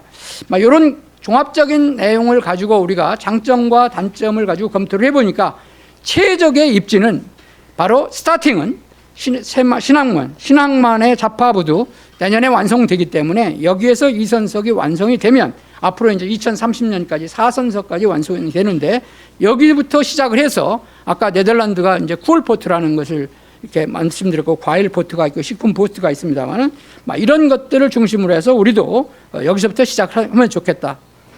그래서 여기 제가 입지 선정의 전략적 지금 요충지라고 볼 수 있는데 그게 아까 말씀드린 1지역, 2지역이 포함되어 있을 것 같습니다. 그래서 항만 배후 부지는 총 부지 관련돼서 지금 118헥타가 있는데 실제로 신항만에서 쓸 수 있는 것은 한 74헥타밖에 되질 않습니다.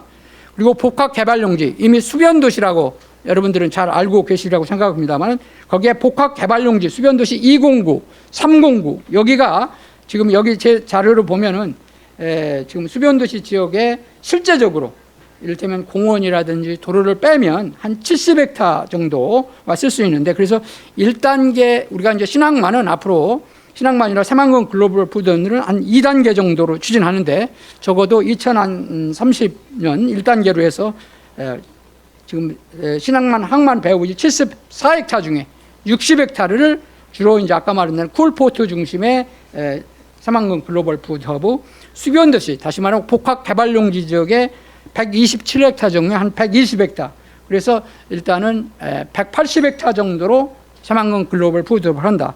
2단계는 아직은 매립되지 않은 지역들입니다. 지금 여기 자료를 보면 요런 지금 여기 요런 지역들인데 아직은 매립되지 않기 때문에 복합 개발용지 A2, A3 뭐 이제 또 수상 태양광 지역 이런 지역들인데 이것은 나중에 매립이 되면 2단계로 추진할 수 있는 그런 지역이라고 볼 수 있을 것 같습니다. 이건 저희가 사실 이 그림을 조감도를 좀 더 이렇게 정밀하게 그리면 좋은데 좀 그러지는 못했습니다만은 복합 개발 용지에 들어서는 수변도시 인근에 지금 새만금 글로벌 푸드 허브에 지금 어떤 가상적인 조감대를 그렸습니다. 식품과 관련된 기업이죠. 요즘에는 이제 식품 기업이라고 하지 않고 큰 경우는 식품 캠퍼스라는 용어를 쓰고 있는데 아까 로얄 캐닌에 우리 이 상무님 발표를 합니다만 로얄 캐닌도 보니까 프랑스에 있는 것은 캠퍼스라는 용어를 쓰고 있더라고요. 지난번에 가서 설명을 잘 해주셨는데 아무튼 이와 같은 시설이 개발 용지에 글로벌 푸드허브가 들어서고 그 다음에 신항만 배후 부지에 뭐 쿨포트 아까 네덜란드 사례 말씀을 하셨습니다만은 여기 한 60헥타 규모로 역시 쿨포트 그래서 1단계는 앞에서 말씀드린 수변도시 인근의 복합 개발 용지에 시작을 하고 120헥타로 신항만 배후지 60헥타 이런 걸 기초로 해서 저희가 이제 분석을 했습니다. 첫째는 타당성 분석의 가장 핵심은 경제성 분석입니다. 쉽게 말하면 베네핏 코스트 어널리시스죠. 시나리오를 3개로 했습니다. 비관적인 시나리오, 보통의 시나리오, 낙관적인 시나리오. 약간 비관적인 시나리오에서는 0.83, 경제적인 의미에서 보면 경제적 타당성은 없다 이렇게 볼 수가 있겠고요. 물론 여기에 들어가는 편익은 직접적인 편입니다. 간접적인 게 들어가지 않고요. 보통은 1.03, 사업이 있다. 낙관적으로 보면 1.24, 대체적으로 0.83부터 1.24인데 그래서 전체적으로 보면 대체적으로 경제성은 있는 것으로 이렇게 우리가 분석이 됐습니다. 경제성 분석 외에도 정책적 분석이 있습니다. 경제적으로 평가하지 못하기 어려운 것들을, 그러나 그중에 가장 지역 낙후도라는 것이 있습니다. 지역적으로 얼마나 낙후되느냐, 이 KDI에서 분석한 건데, 전라북도는 전북특별자치도로 이제 명칭이 바뀌었습니다만 17개 도에서 13위, 어떻게 보면 하위권이죠. 군산은 167개에서 44위, 중간 수준의 낙후도고, 중간보다는 중상위네요. 그 다음에 이제 김제가 167에서 89, 부안은 굉장히 낮습니다. 167에서 128위. 대체적으로는 낙후도가 낮기 때문에 이 공공투자를 통해서 지역 발전의 균형 효과가 높은 것으로 정책적 분석에서 나타났습니다. 이건 이제 산업 지역의 경제적인 파급 효과를 분석하는 것인데, 주로 이제 한국은행에서 발표하는 지역 산업 연관표를 해보니까 글로벌 푸드 허브를 조성하는데 총 투입 약 한 2조 5,700억 원 정도가 들어가는데, 이걸 통해서는 부가가치, 생산 유발 효과, 부가가치 유발 효과, 취업 효과, 이걸 보면 대체적으로 이건 우리나라 전체에 미치는 효과인데 전라북도에 상당히 영향이 미칩니다. 생산 유발 효과 전라북도가 한 1조 8,500억, 부가가치가 1조 4천억 원, 취업 유압 효과가 한 2만 6천억 명 정도가 되고 있습니다. 궁극적으로는 이 새만금 개발 글로벌 푸드허브를 통해서 공공투자를 통해서 지역 균형 발전과 일자리 창출, 고용 창출에 상당한 그 효과가 있는 것으로 그렇게 분석이 됐습니다. 그리고 이제 정책성 분석이 어려운 것들을 어떻게 보완할 것이냐 하는 것들도 나름대로 분석을 했습니다. 그 다음에 이와 같은 분석을 통해서 앞으로 새만금 글로벌 푸드앱의 비전과 목표와 전략과 핵심 과제를 도출해서 제시를 했는데요. 비전은 아시아와 세계를 연결하는 스마트 농식품 수출 허브를 조성하는 것이 비전이고, 목표로는 주로 이제 동북아시아, 이게 동아시아인데 동아시아의 농식품 중개 허브, 그리고 글로벌 수출 가공 물류의 통합 플랫폼, 그리고 전략은 관련 주체가 정부, 또 민간, 연구기관, 또 이렇게 모든 관련된 기관의 역할 분담, 그리고 이제 네덜란드가 주장한 것과 같은 혁신 생태계, 가장 중요한 것은 어떻게 보면 기업하기 좋은 인프라, 이를 위해서는 글로벌 수준의 규제 완화가 핵심적인 과제라고 볼 수 있겠습니다. 브랜드 가치, 마케팅 강화, 또 국제협력 있고요. 이를 위해서는 이미 MP 재수립에서는 핵심 사업으로 선정하자, 또 유망품목, 어떤 것이 유망품목이고 미래의 전략 품목이냐, 그에 맞춰서 이제 핵푸드 허브의 디자인을 하고 식품 중개 재수출하고 또 글로벌 식품 기업의 유치라든지 민간 투자를 촉진하자. 그리고 이제 가능하면, 이건 지금 당장은 아니겠습니다만, 식량 위기 대응형의 곡물 비축 가공. 또 하나, 이것들이 다 잘 이루어지려면 지금 아까 방금 전에 말씀드린 대로 이 관련된 주변에 군산, 그리고 부안, 김제가 있습니다만 전북특별자치도가 있고, 이 협력 거버넌스를 잘 구축해야 되고, 중장기적으로는 새만금 특별자치단체까지를 설립하는 이런 것들이 추진돼야 할 것으로 생각을 합니다. 하루아침에 될 수 있는 것이 아니기 때문에 저희는 2029년, 2028년까지 1단계, 29년부터 35년까지 2단계, 그리고 2040년까지 3단계로 준비 단계, 그리고 실행 단계, 확장 및 고도화 단계로 추진하는 걸 제시했습니다. 이미 앞에서 말씀드렸습니다만 핵심적인 내용 중에 이미 기본계획 재수립의 핵심 사업으로 선정하는 것은 이미 아까 김경환 청장님께서 말씀드린 대로 3가지 핵심 중에 하나로 이미 새만금 개발청에서도 말씀을 하셨고, 아마 이것은 이루어질 것입니다. 가장 중요한 것은 기업하기 좋은 환경, 식품기업의 민간 유치 촉진, 그리고 가버넌스입니다. 그래서 이건 넘어가고, 그중에 가장 중요한 것이 바로 글로벌 기업 투자 유치를 위해서 어떻게 민간 기업을 투자할 거냐. 핵심은 바로 글로벌 수준의 규제 완화다. 이것이 가장 잘하고 있는 나라가 두바이입니다. 이 두바이는 자유무역지대에 외국인이 투자를 하면 100% 외국인 소유권을 인정해주고 또 법인세, 개인소득세까지 면제를 해줍니다. 그리고 자본, 거기서 본 돈은 자국으로 전액 송금이 가능하고 수출 관세를 면제해주고 간편한 비자 발급 등을 통해서 기업하기 가장 좋은 환경을 만들어주니까 지금 거기에는 굉장히 많은 기업들이 투자를 하고 몰리고 있다고 합니다. 빨리 우리도 이 새만금 좀 청이나 좀 국가에서도 빨리 이런 것들을 글로벌 수준의 규제 완화가 가장 핵심적인 과제다, 이렇게 말씀드릴 수 있겠습니다. 그 다음에 협력적인 거버넌스는 사실 이 의사결정에서 새만금에 지금 오늘 새만금 위원회도 와 계시고 좀 전북도도 와 계시고 또 여러 가지 있습니다만은 의사결정이 제대로 안 돼가지고 사업이 굉장히 삐걱삐걱되는 경우가 많이 있습니다.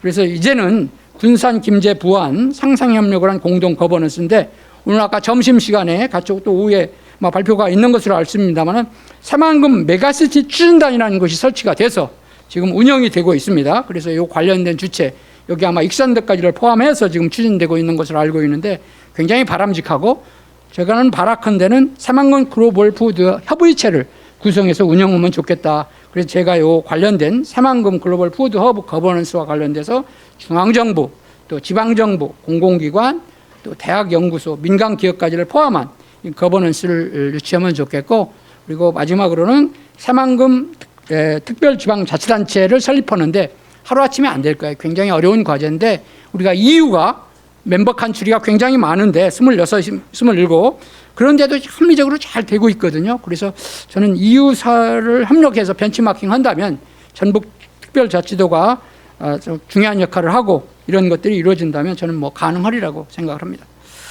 결론적으로 말씀을 드리겠습니다. 시간이 좀 지났습니다만은 앞에서 말씀드린 대로 새만금 글로벌 푸드는 이제는 농업이 농장이 아니고 시장이라는 말을 아까 김흥국 회장님께서 말씀하셨습니다만 글로벌 시각, 혁신적에서 추가를 하고 그 다음에 지금 MP 마스터 플랜 재수립해서 농식품 수출의 전진 기지로 이런 새만금 푸드허브를 핵심 과제로 선정을 하자. 가장 중요한 거, 제가 얼마 전에 우리 로얄 캐닌 방문했을 때도 이런 얘기를 했었습니다만 글로벌 식품의 비즈니스 실험지대로 자리매김한다면 우리가 백지 상태에서 그림을 그릴 수가 있습니다. 규제 완화, 여러 가지 제약 조건이 많은데 새만금은 바로 그것이 가능하다. 그렇다고 보면 외국인 투자와 또 국제협력을 견인하는 그런 플랫폼이 가능하다. 이와 같은 것이 되면 어떤 효과가 있느냐? 아까 물류체제 우리 농무참사원께서 설명을 했죠. 스마트 농식품 물류체제가 구축되고 또 농식품 수출 확대가 되고 고부가치 농식품 산업이 육성되고 일자리 창출, 지역균형 발전 효과 이런 것들이 가능하다. 그렇다면 앞으로의 새만금은 수출과 투자의 중심이 되고 지역과 국가를 연결하는 미래 K푸드의 수출 엔진이 될 수 있으리라고 확신합니다. 이것은 제가 여기에 포함은 안 돼 있고 사실 오늘은 새만금 관련돼서 한국과 네덜란드의 국제협력입니다. 그래서 이것도 핵심 과제인데 제가 넣지를 못해가지고 한국과 네덜란드의 장점이 있고 그를 위한 협력 과제를 제가 나름대로 제시를 했습니다. 그래서 앞으로 이제 이번 하나의 세미나고 이걸 통해서 물리했던 공동 인프라라든지 전략 품목 공동 우리가 1단계에서 네덜란드랑 같이 연구도 했거든요.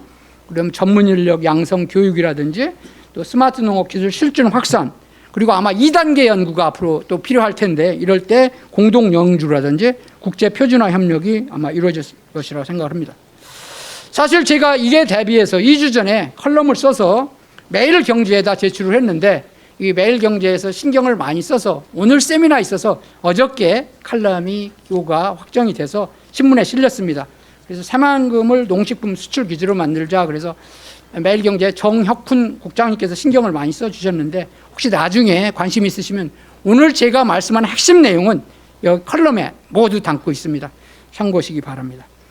그러면 저는 굉장히 많은 내용을 짧은 시간에다 보니 메시지 전달이 좀 부족할 수 있는데 새만금에서 시작된 한국 네덜란드의 파트너십이 세계 농식품 미래를 여는 황금 열쇠가 될 것을 기대하면서 오늘 제 발표 여기서 마치겠습니다. 감사합니다. 예, 김창길 위원장님 감사합니다. 질문이 있으신 분은 손을 들어주시기 바랍니다. 예, 예. 뒤에 손들어 두 분. 네, 이렇게 상무님. 예, 발표 잘 들었습니다. 저기 현재 전라북도 익산에는 국가식품 클러스터 단지가 조성되고 있는데요. 지금 현재 1단계가 완료됐고 국토부에서 2단계가 지금 추진되고 있습니다. 정부에서 이렇게 하고 있는데 새만금하고 이렇게 식품허브를 또 만드신다는데 양쪽의 차별화를 어떻게 두어서 추진할 계획이신지 그것을 궁금합니다. 예, 제가 시간이 없어서 보고서에는 잘 들어가 있습니다. 굉장히 익산과는 상호 보완적입니다. 익산이 한 200헥타르 되죠. 이미 이제 많은 것들을 시작을 했는데 아직 글로벌 기업들이 그렇게 많이 유치가 못 됐는데 사실 이제 주로 이제 국내 관련된 식품 기업들 또 일부 관련된 여러 가지 시설들이 많이 들어가 있기 때문에 익산의 구클, 그러니까 국가 클러스터를 약칭해서 우리가 구클이라는 용어를 쓰고 있습니다만 그거와 상호 보완적으로 이루어질 수 있도록 구클의 장점을 최대 살리고 앞으로 새만금 글로벌 푸드허브는 수출의 전진기진, 거기 항만도 있고 또 거기는 이제 글로벌 기업의 캠퍼스 이런 것들이 들었으면 지금 거기에는 아까 말한 대로 백지장의 그림을 그릴 수 있기 때문에 막 그런 것들을 중심으로 이루어지면 구클이 굉장히 또 중요한 그런 서포터가 될 수 있으리라고 생각합니다. 제가 그래서 글로벌 푸드허브의 기본 그림 그릴 때 거기에는 구클도 굉장히 중요한 핵심 요소로 들어가 있습니다. 네. 예, 마지막으로 질문 받겠습니다. 네, 시간이 없으니까 예. 빨리 말씀드리겠습니다. 예. 안녕하십니까. 군장대학교 총장 이진숙입니다. 아까 말씀 주신 것 중에 인력 양성 부분에 연구소와 연구 인력을 위해서 그 3개의 4년제 대학이 들어가 있더라고요. 그런데 실제적으로 일할 전문 인력은 전문대 졸업한 학생들이 실제로 일을 하는 거거든요. 네. 전문대 학생을 그러니까 전문대를 여기 협력 인력 양성 기관으로 넣어주실 생각은 없으신가요? 저는 당연히 들어가야 된답니다. 총장님께서 좋은 말씀을 하셨습니다만은 물론 이제 거기에 다 전문대 학생이 하는 것만 아니겠습니다만은 거기에 당연히 전문대도 어떤 직업교육에 가장 중요하기 때문에 전문대도 당연히 넣어서 또 특화된 교육에 그런 인력을 육성하는데 들어갈 수 있도록 제가 보고서에 아직 최종 발간은 안 됐기 때문에 총장님 의견 반영해서 그런 것도 넣도록 하겠습니다. 좋은 코멘트 감사합니다. 감사합니다. 예, 감사합니다. 큰 박수로 예, 감사합니다. 자리로 모시도록 하겠습니다. 다음은 토지에서 유산으로 변화의 촉매제로서의 식량 생태계라는 주제로 그린그라운지의 진웬칭 연구원님을 모시도록 하겠습니다. 박수로 환영 부탁드립니다.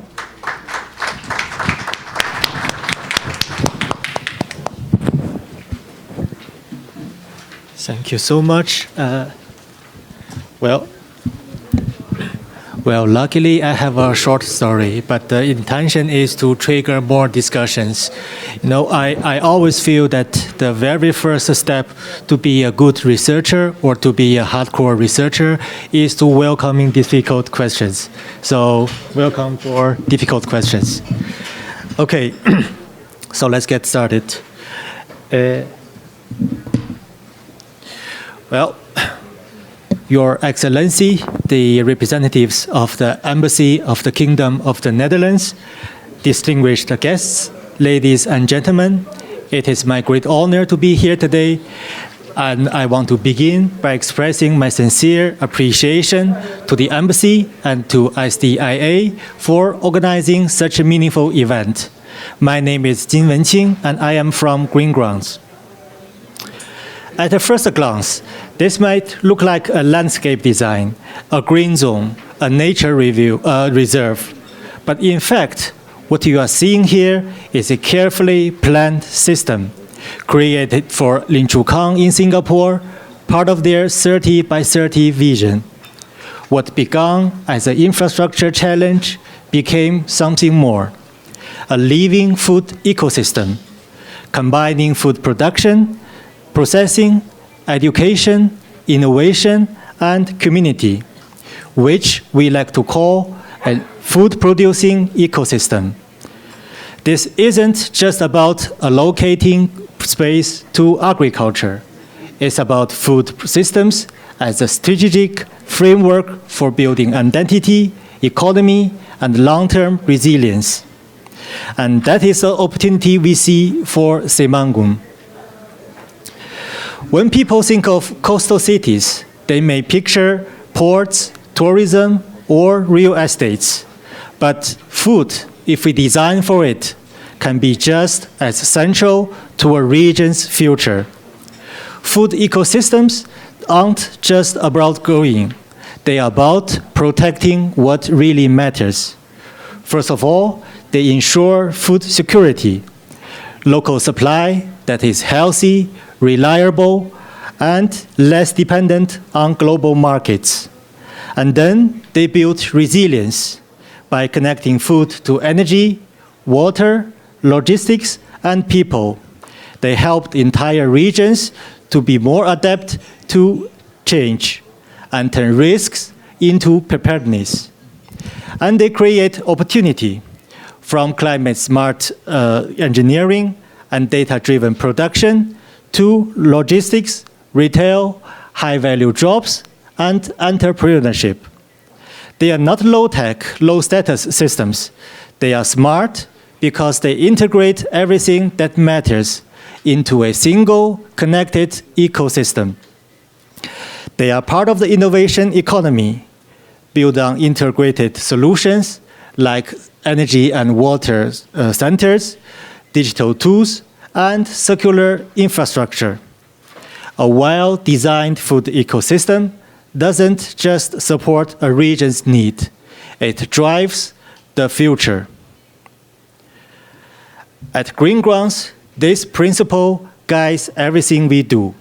It's not just about land use or infrastructure, it's about designing systems that help regions thrive. That's what we mean when we talk about food ecosystems. They are not just necessary, they are strategic. And they are at the heart of how we think about places like 새만금. To build a food ecosystems, you need more than space. You need systems. At Green Grounds, we design integrated environments powered by technology, digital twins, AI-driven controls, and climate automation. In partnership with Priva, we simulate and optimize every layer, from energy use and production to logistics and workforce readiness. This isn't just innovation for its own sake.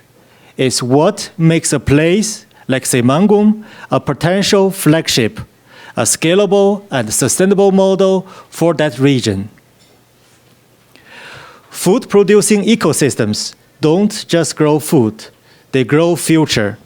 In our work, we have seen how young talent is drawn to places where innovation meets purpose, where their skills are part of something bigger. A system like this creates real opportunities, from engineering and software to logistics and agri-entrepreneurship. But to make it work, we need to embed this into the master plan. Research centers, training spaces, startup zones, and clear pathways for talent to build, stay, and lead. 새만금 has the potential to become such a destination from the beginning, not just to work, but to lead. When we talk about food-producing ecosystems, we are not just talking about growing food. We are talking about building a self-sustaining, high-value industry, an ecosystem, from production to processing, packaging, logistics, services, and education. Controlled environmental agriculture, for example, is energy intensive, so location planning must align with green energy supply. And it is also knowledge intensive, so laborers must be trained, not assumed. Farmers must be able to succeed, not just to survive. And that's why we believe food is not a detail, it's a driver. And with 새만금, there's an opportunity to design it right from the beginning. Smart, connected, and future-ready. At Green Grounds, we have worked across very different regions. each with its own challenges and ambitions. In Southeast Asia, the master plan reimagines how a land-scarce country can secure its food future through integrated, climate-resilient systems. In Southern Europe, we reimagine how food infrastructure can transform a land scale into community value. And in the Caribbean, we are working on a high-tech agri-park that supports national food security and cooperative farming through smart, shared systems. Each region is unique, but in all of them, food is more than a function. It's a framework for building identity, resilience, and long-term economic value.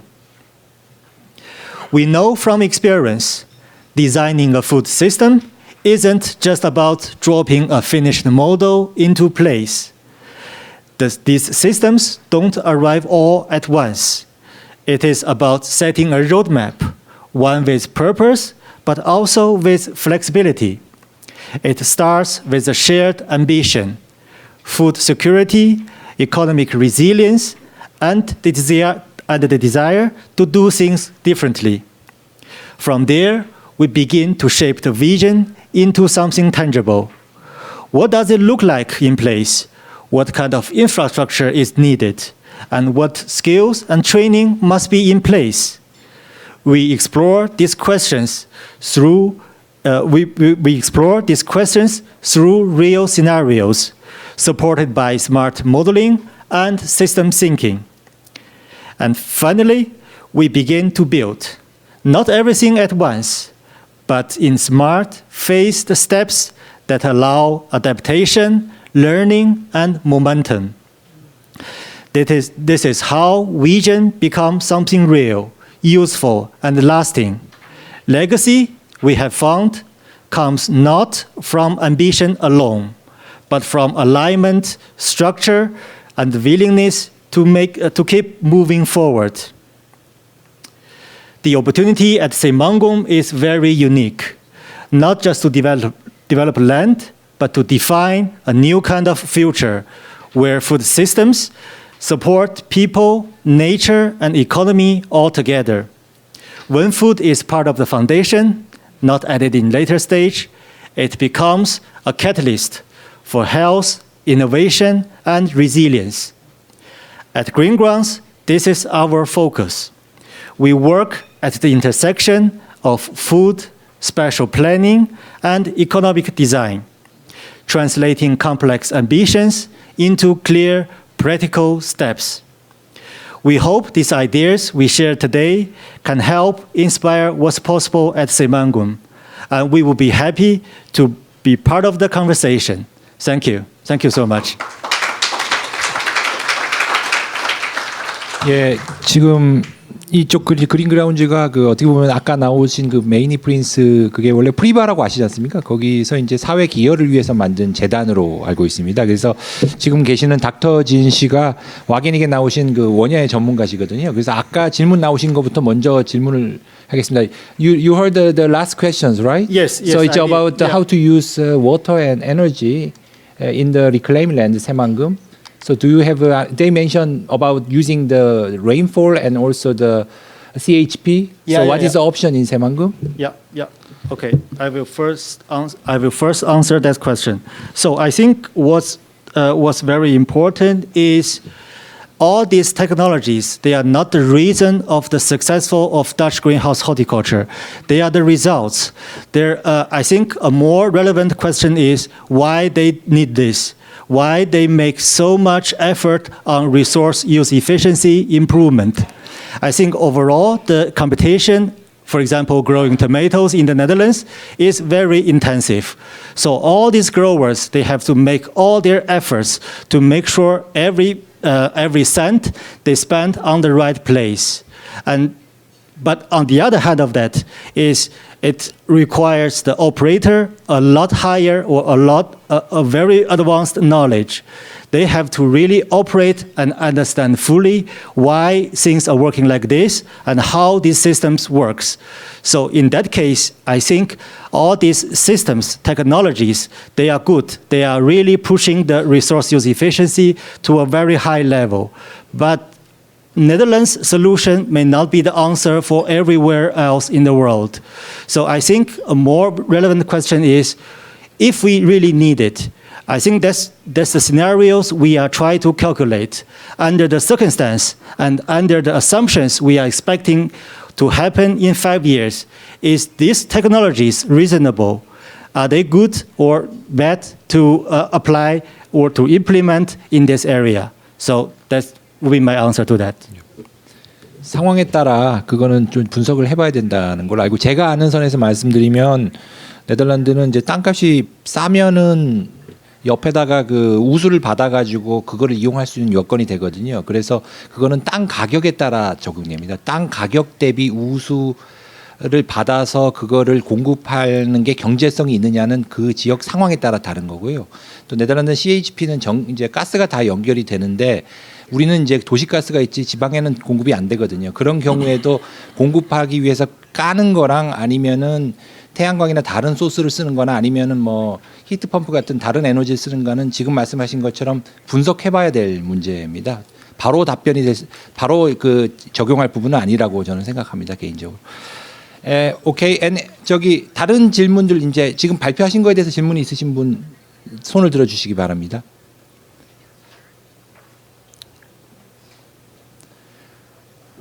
Okay, that question was more suitable to you. Yeah, thank you. Indeed. 예, 박수로 해주신 겁니다.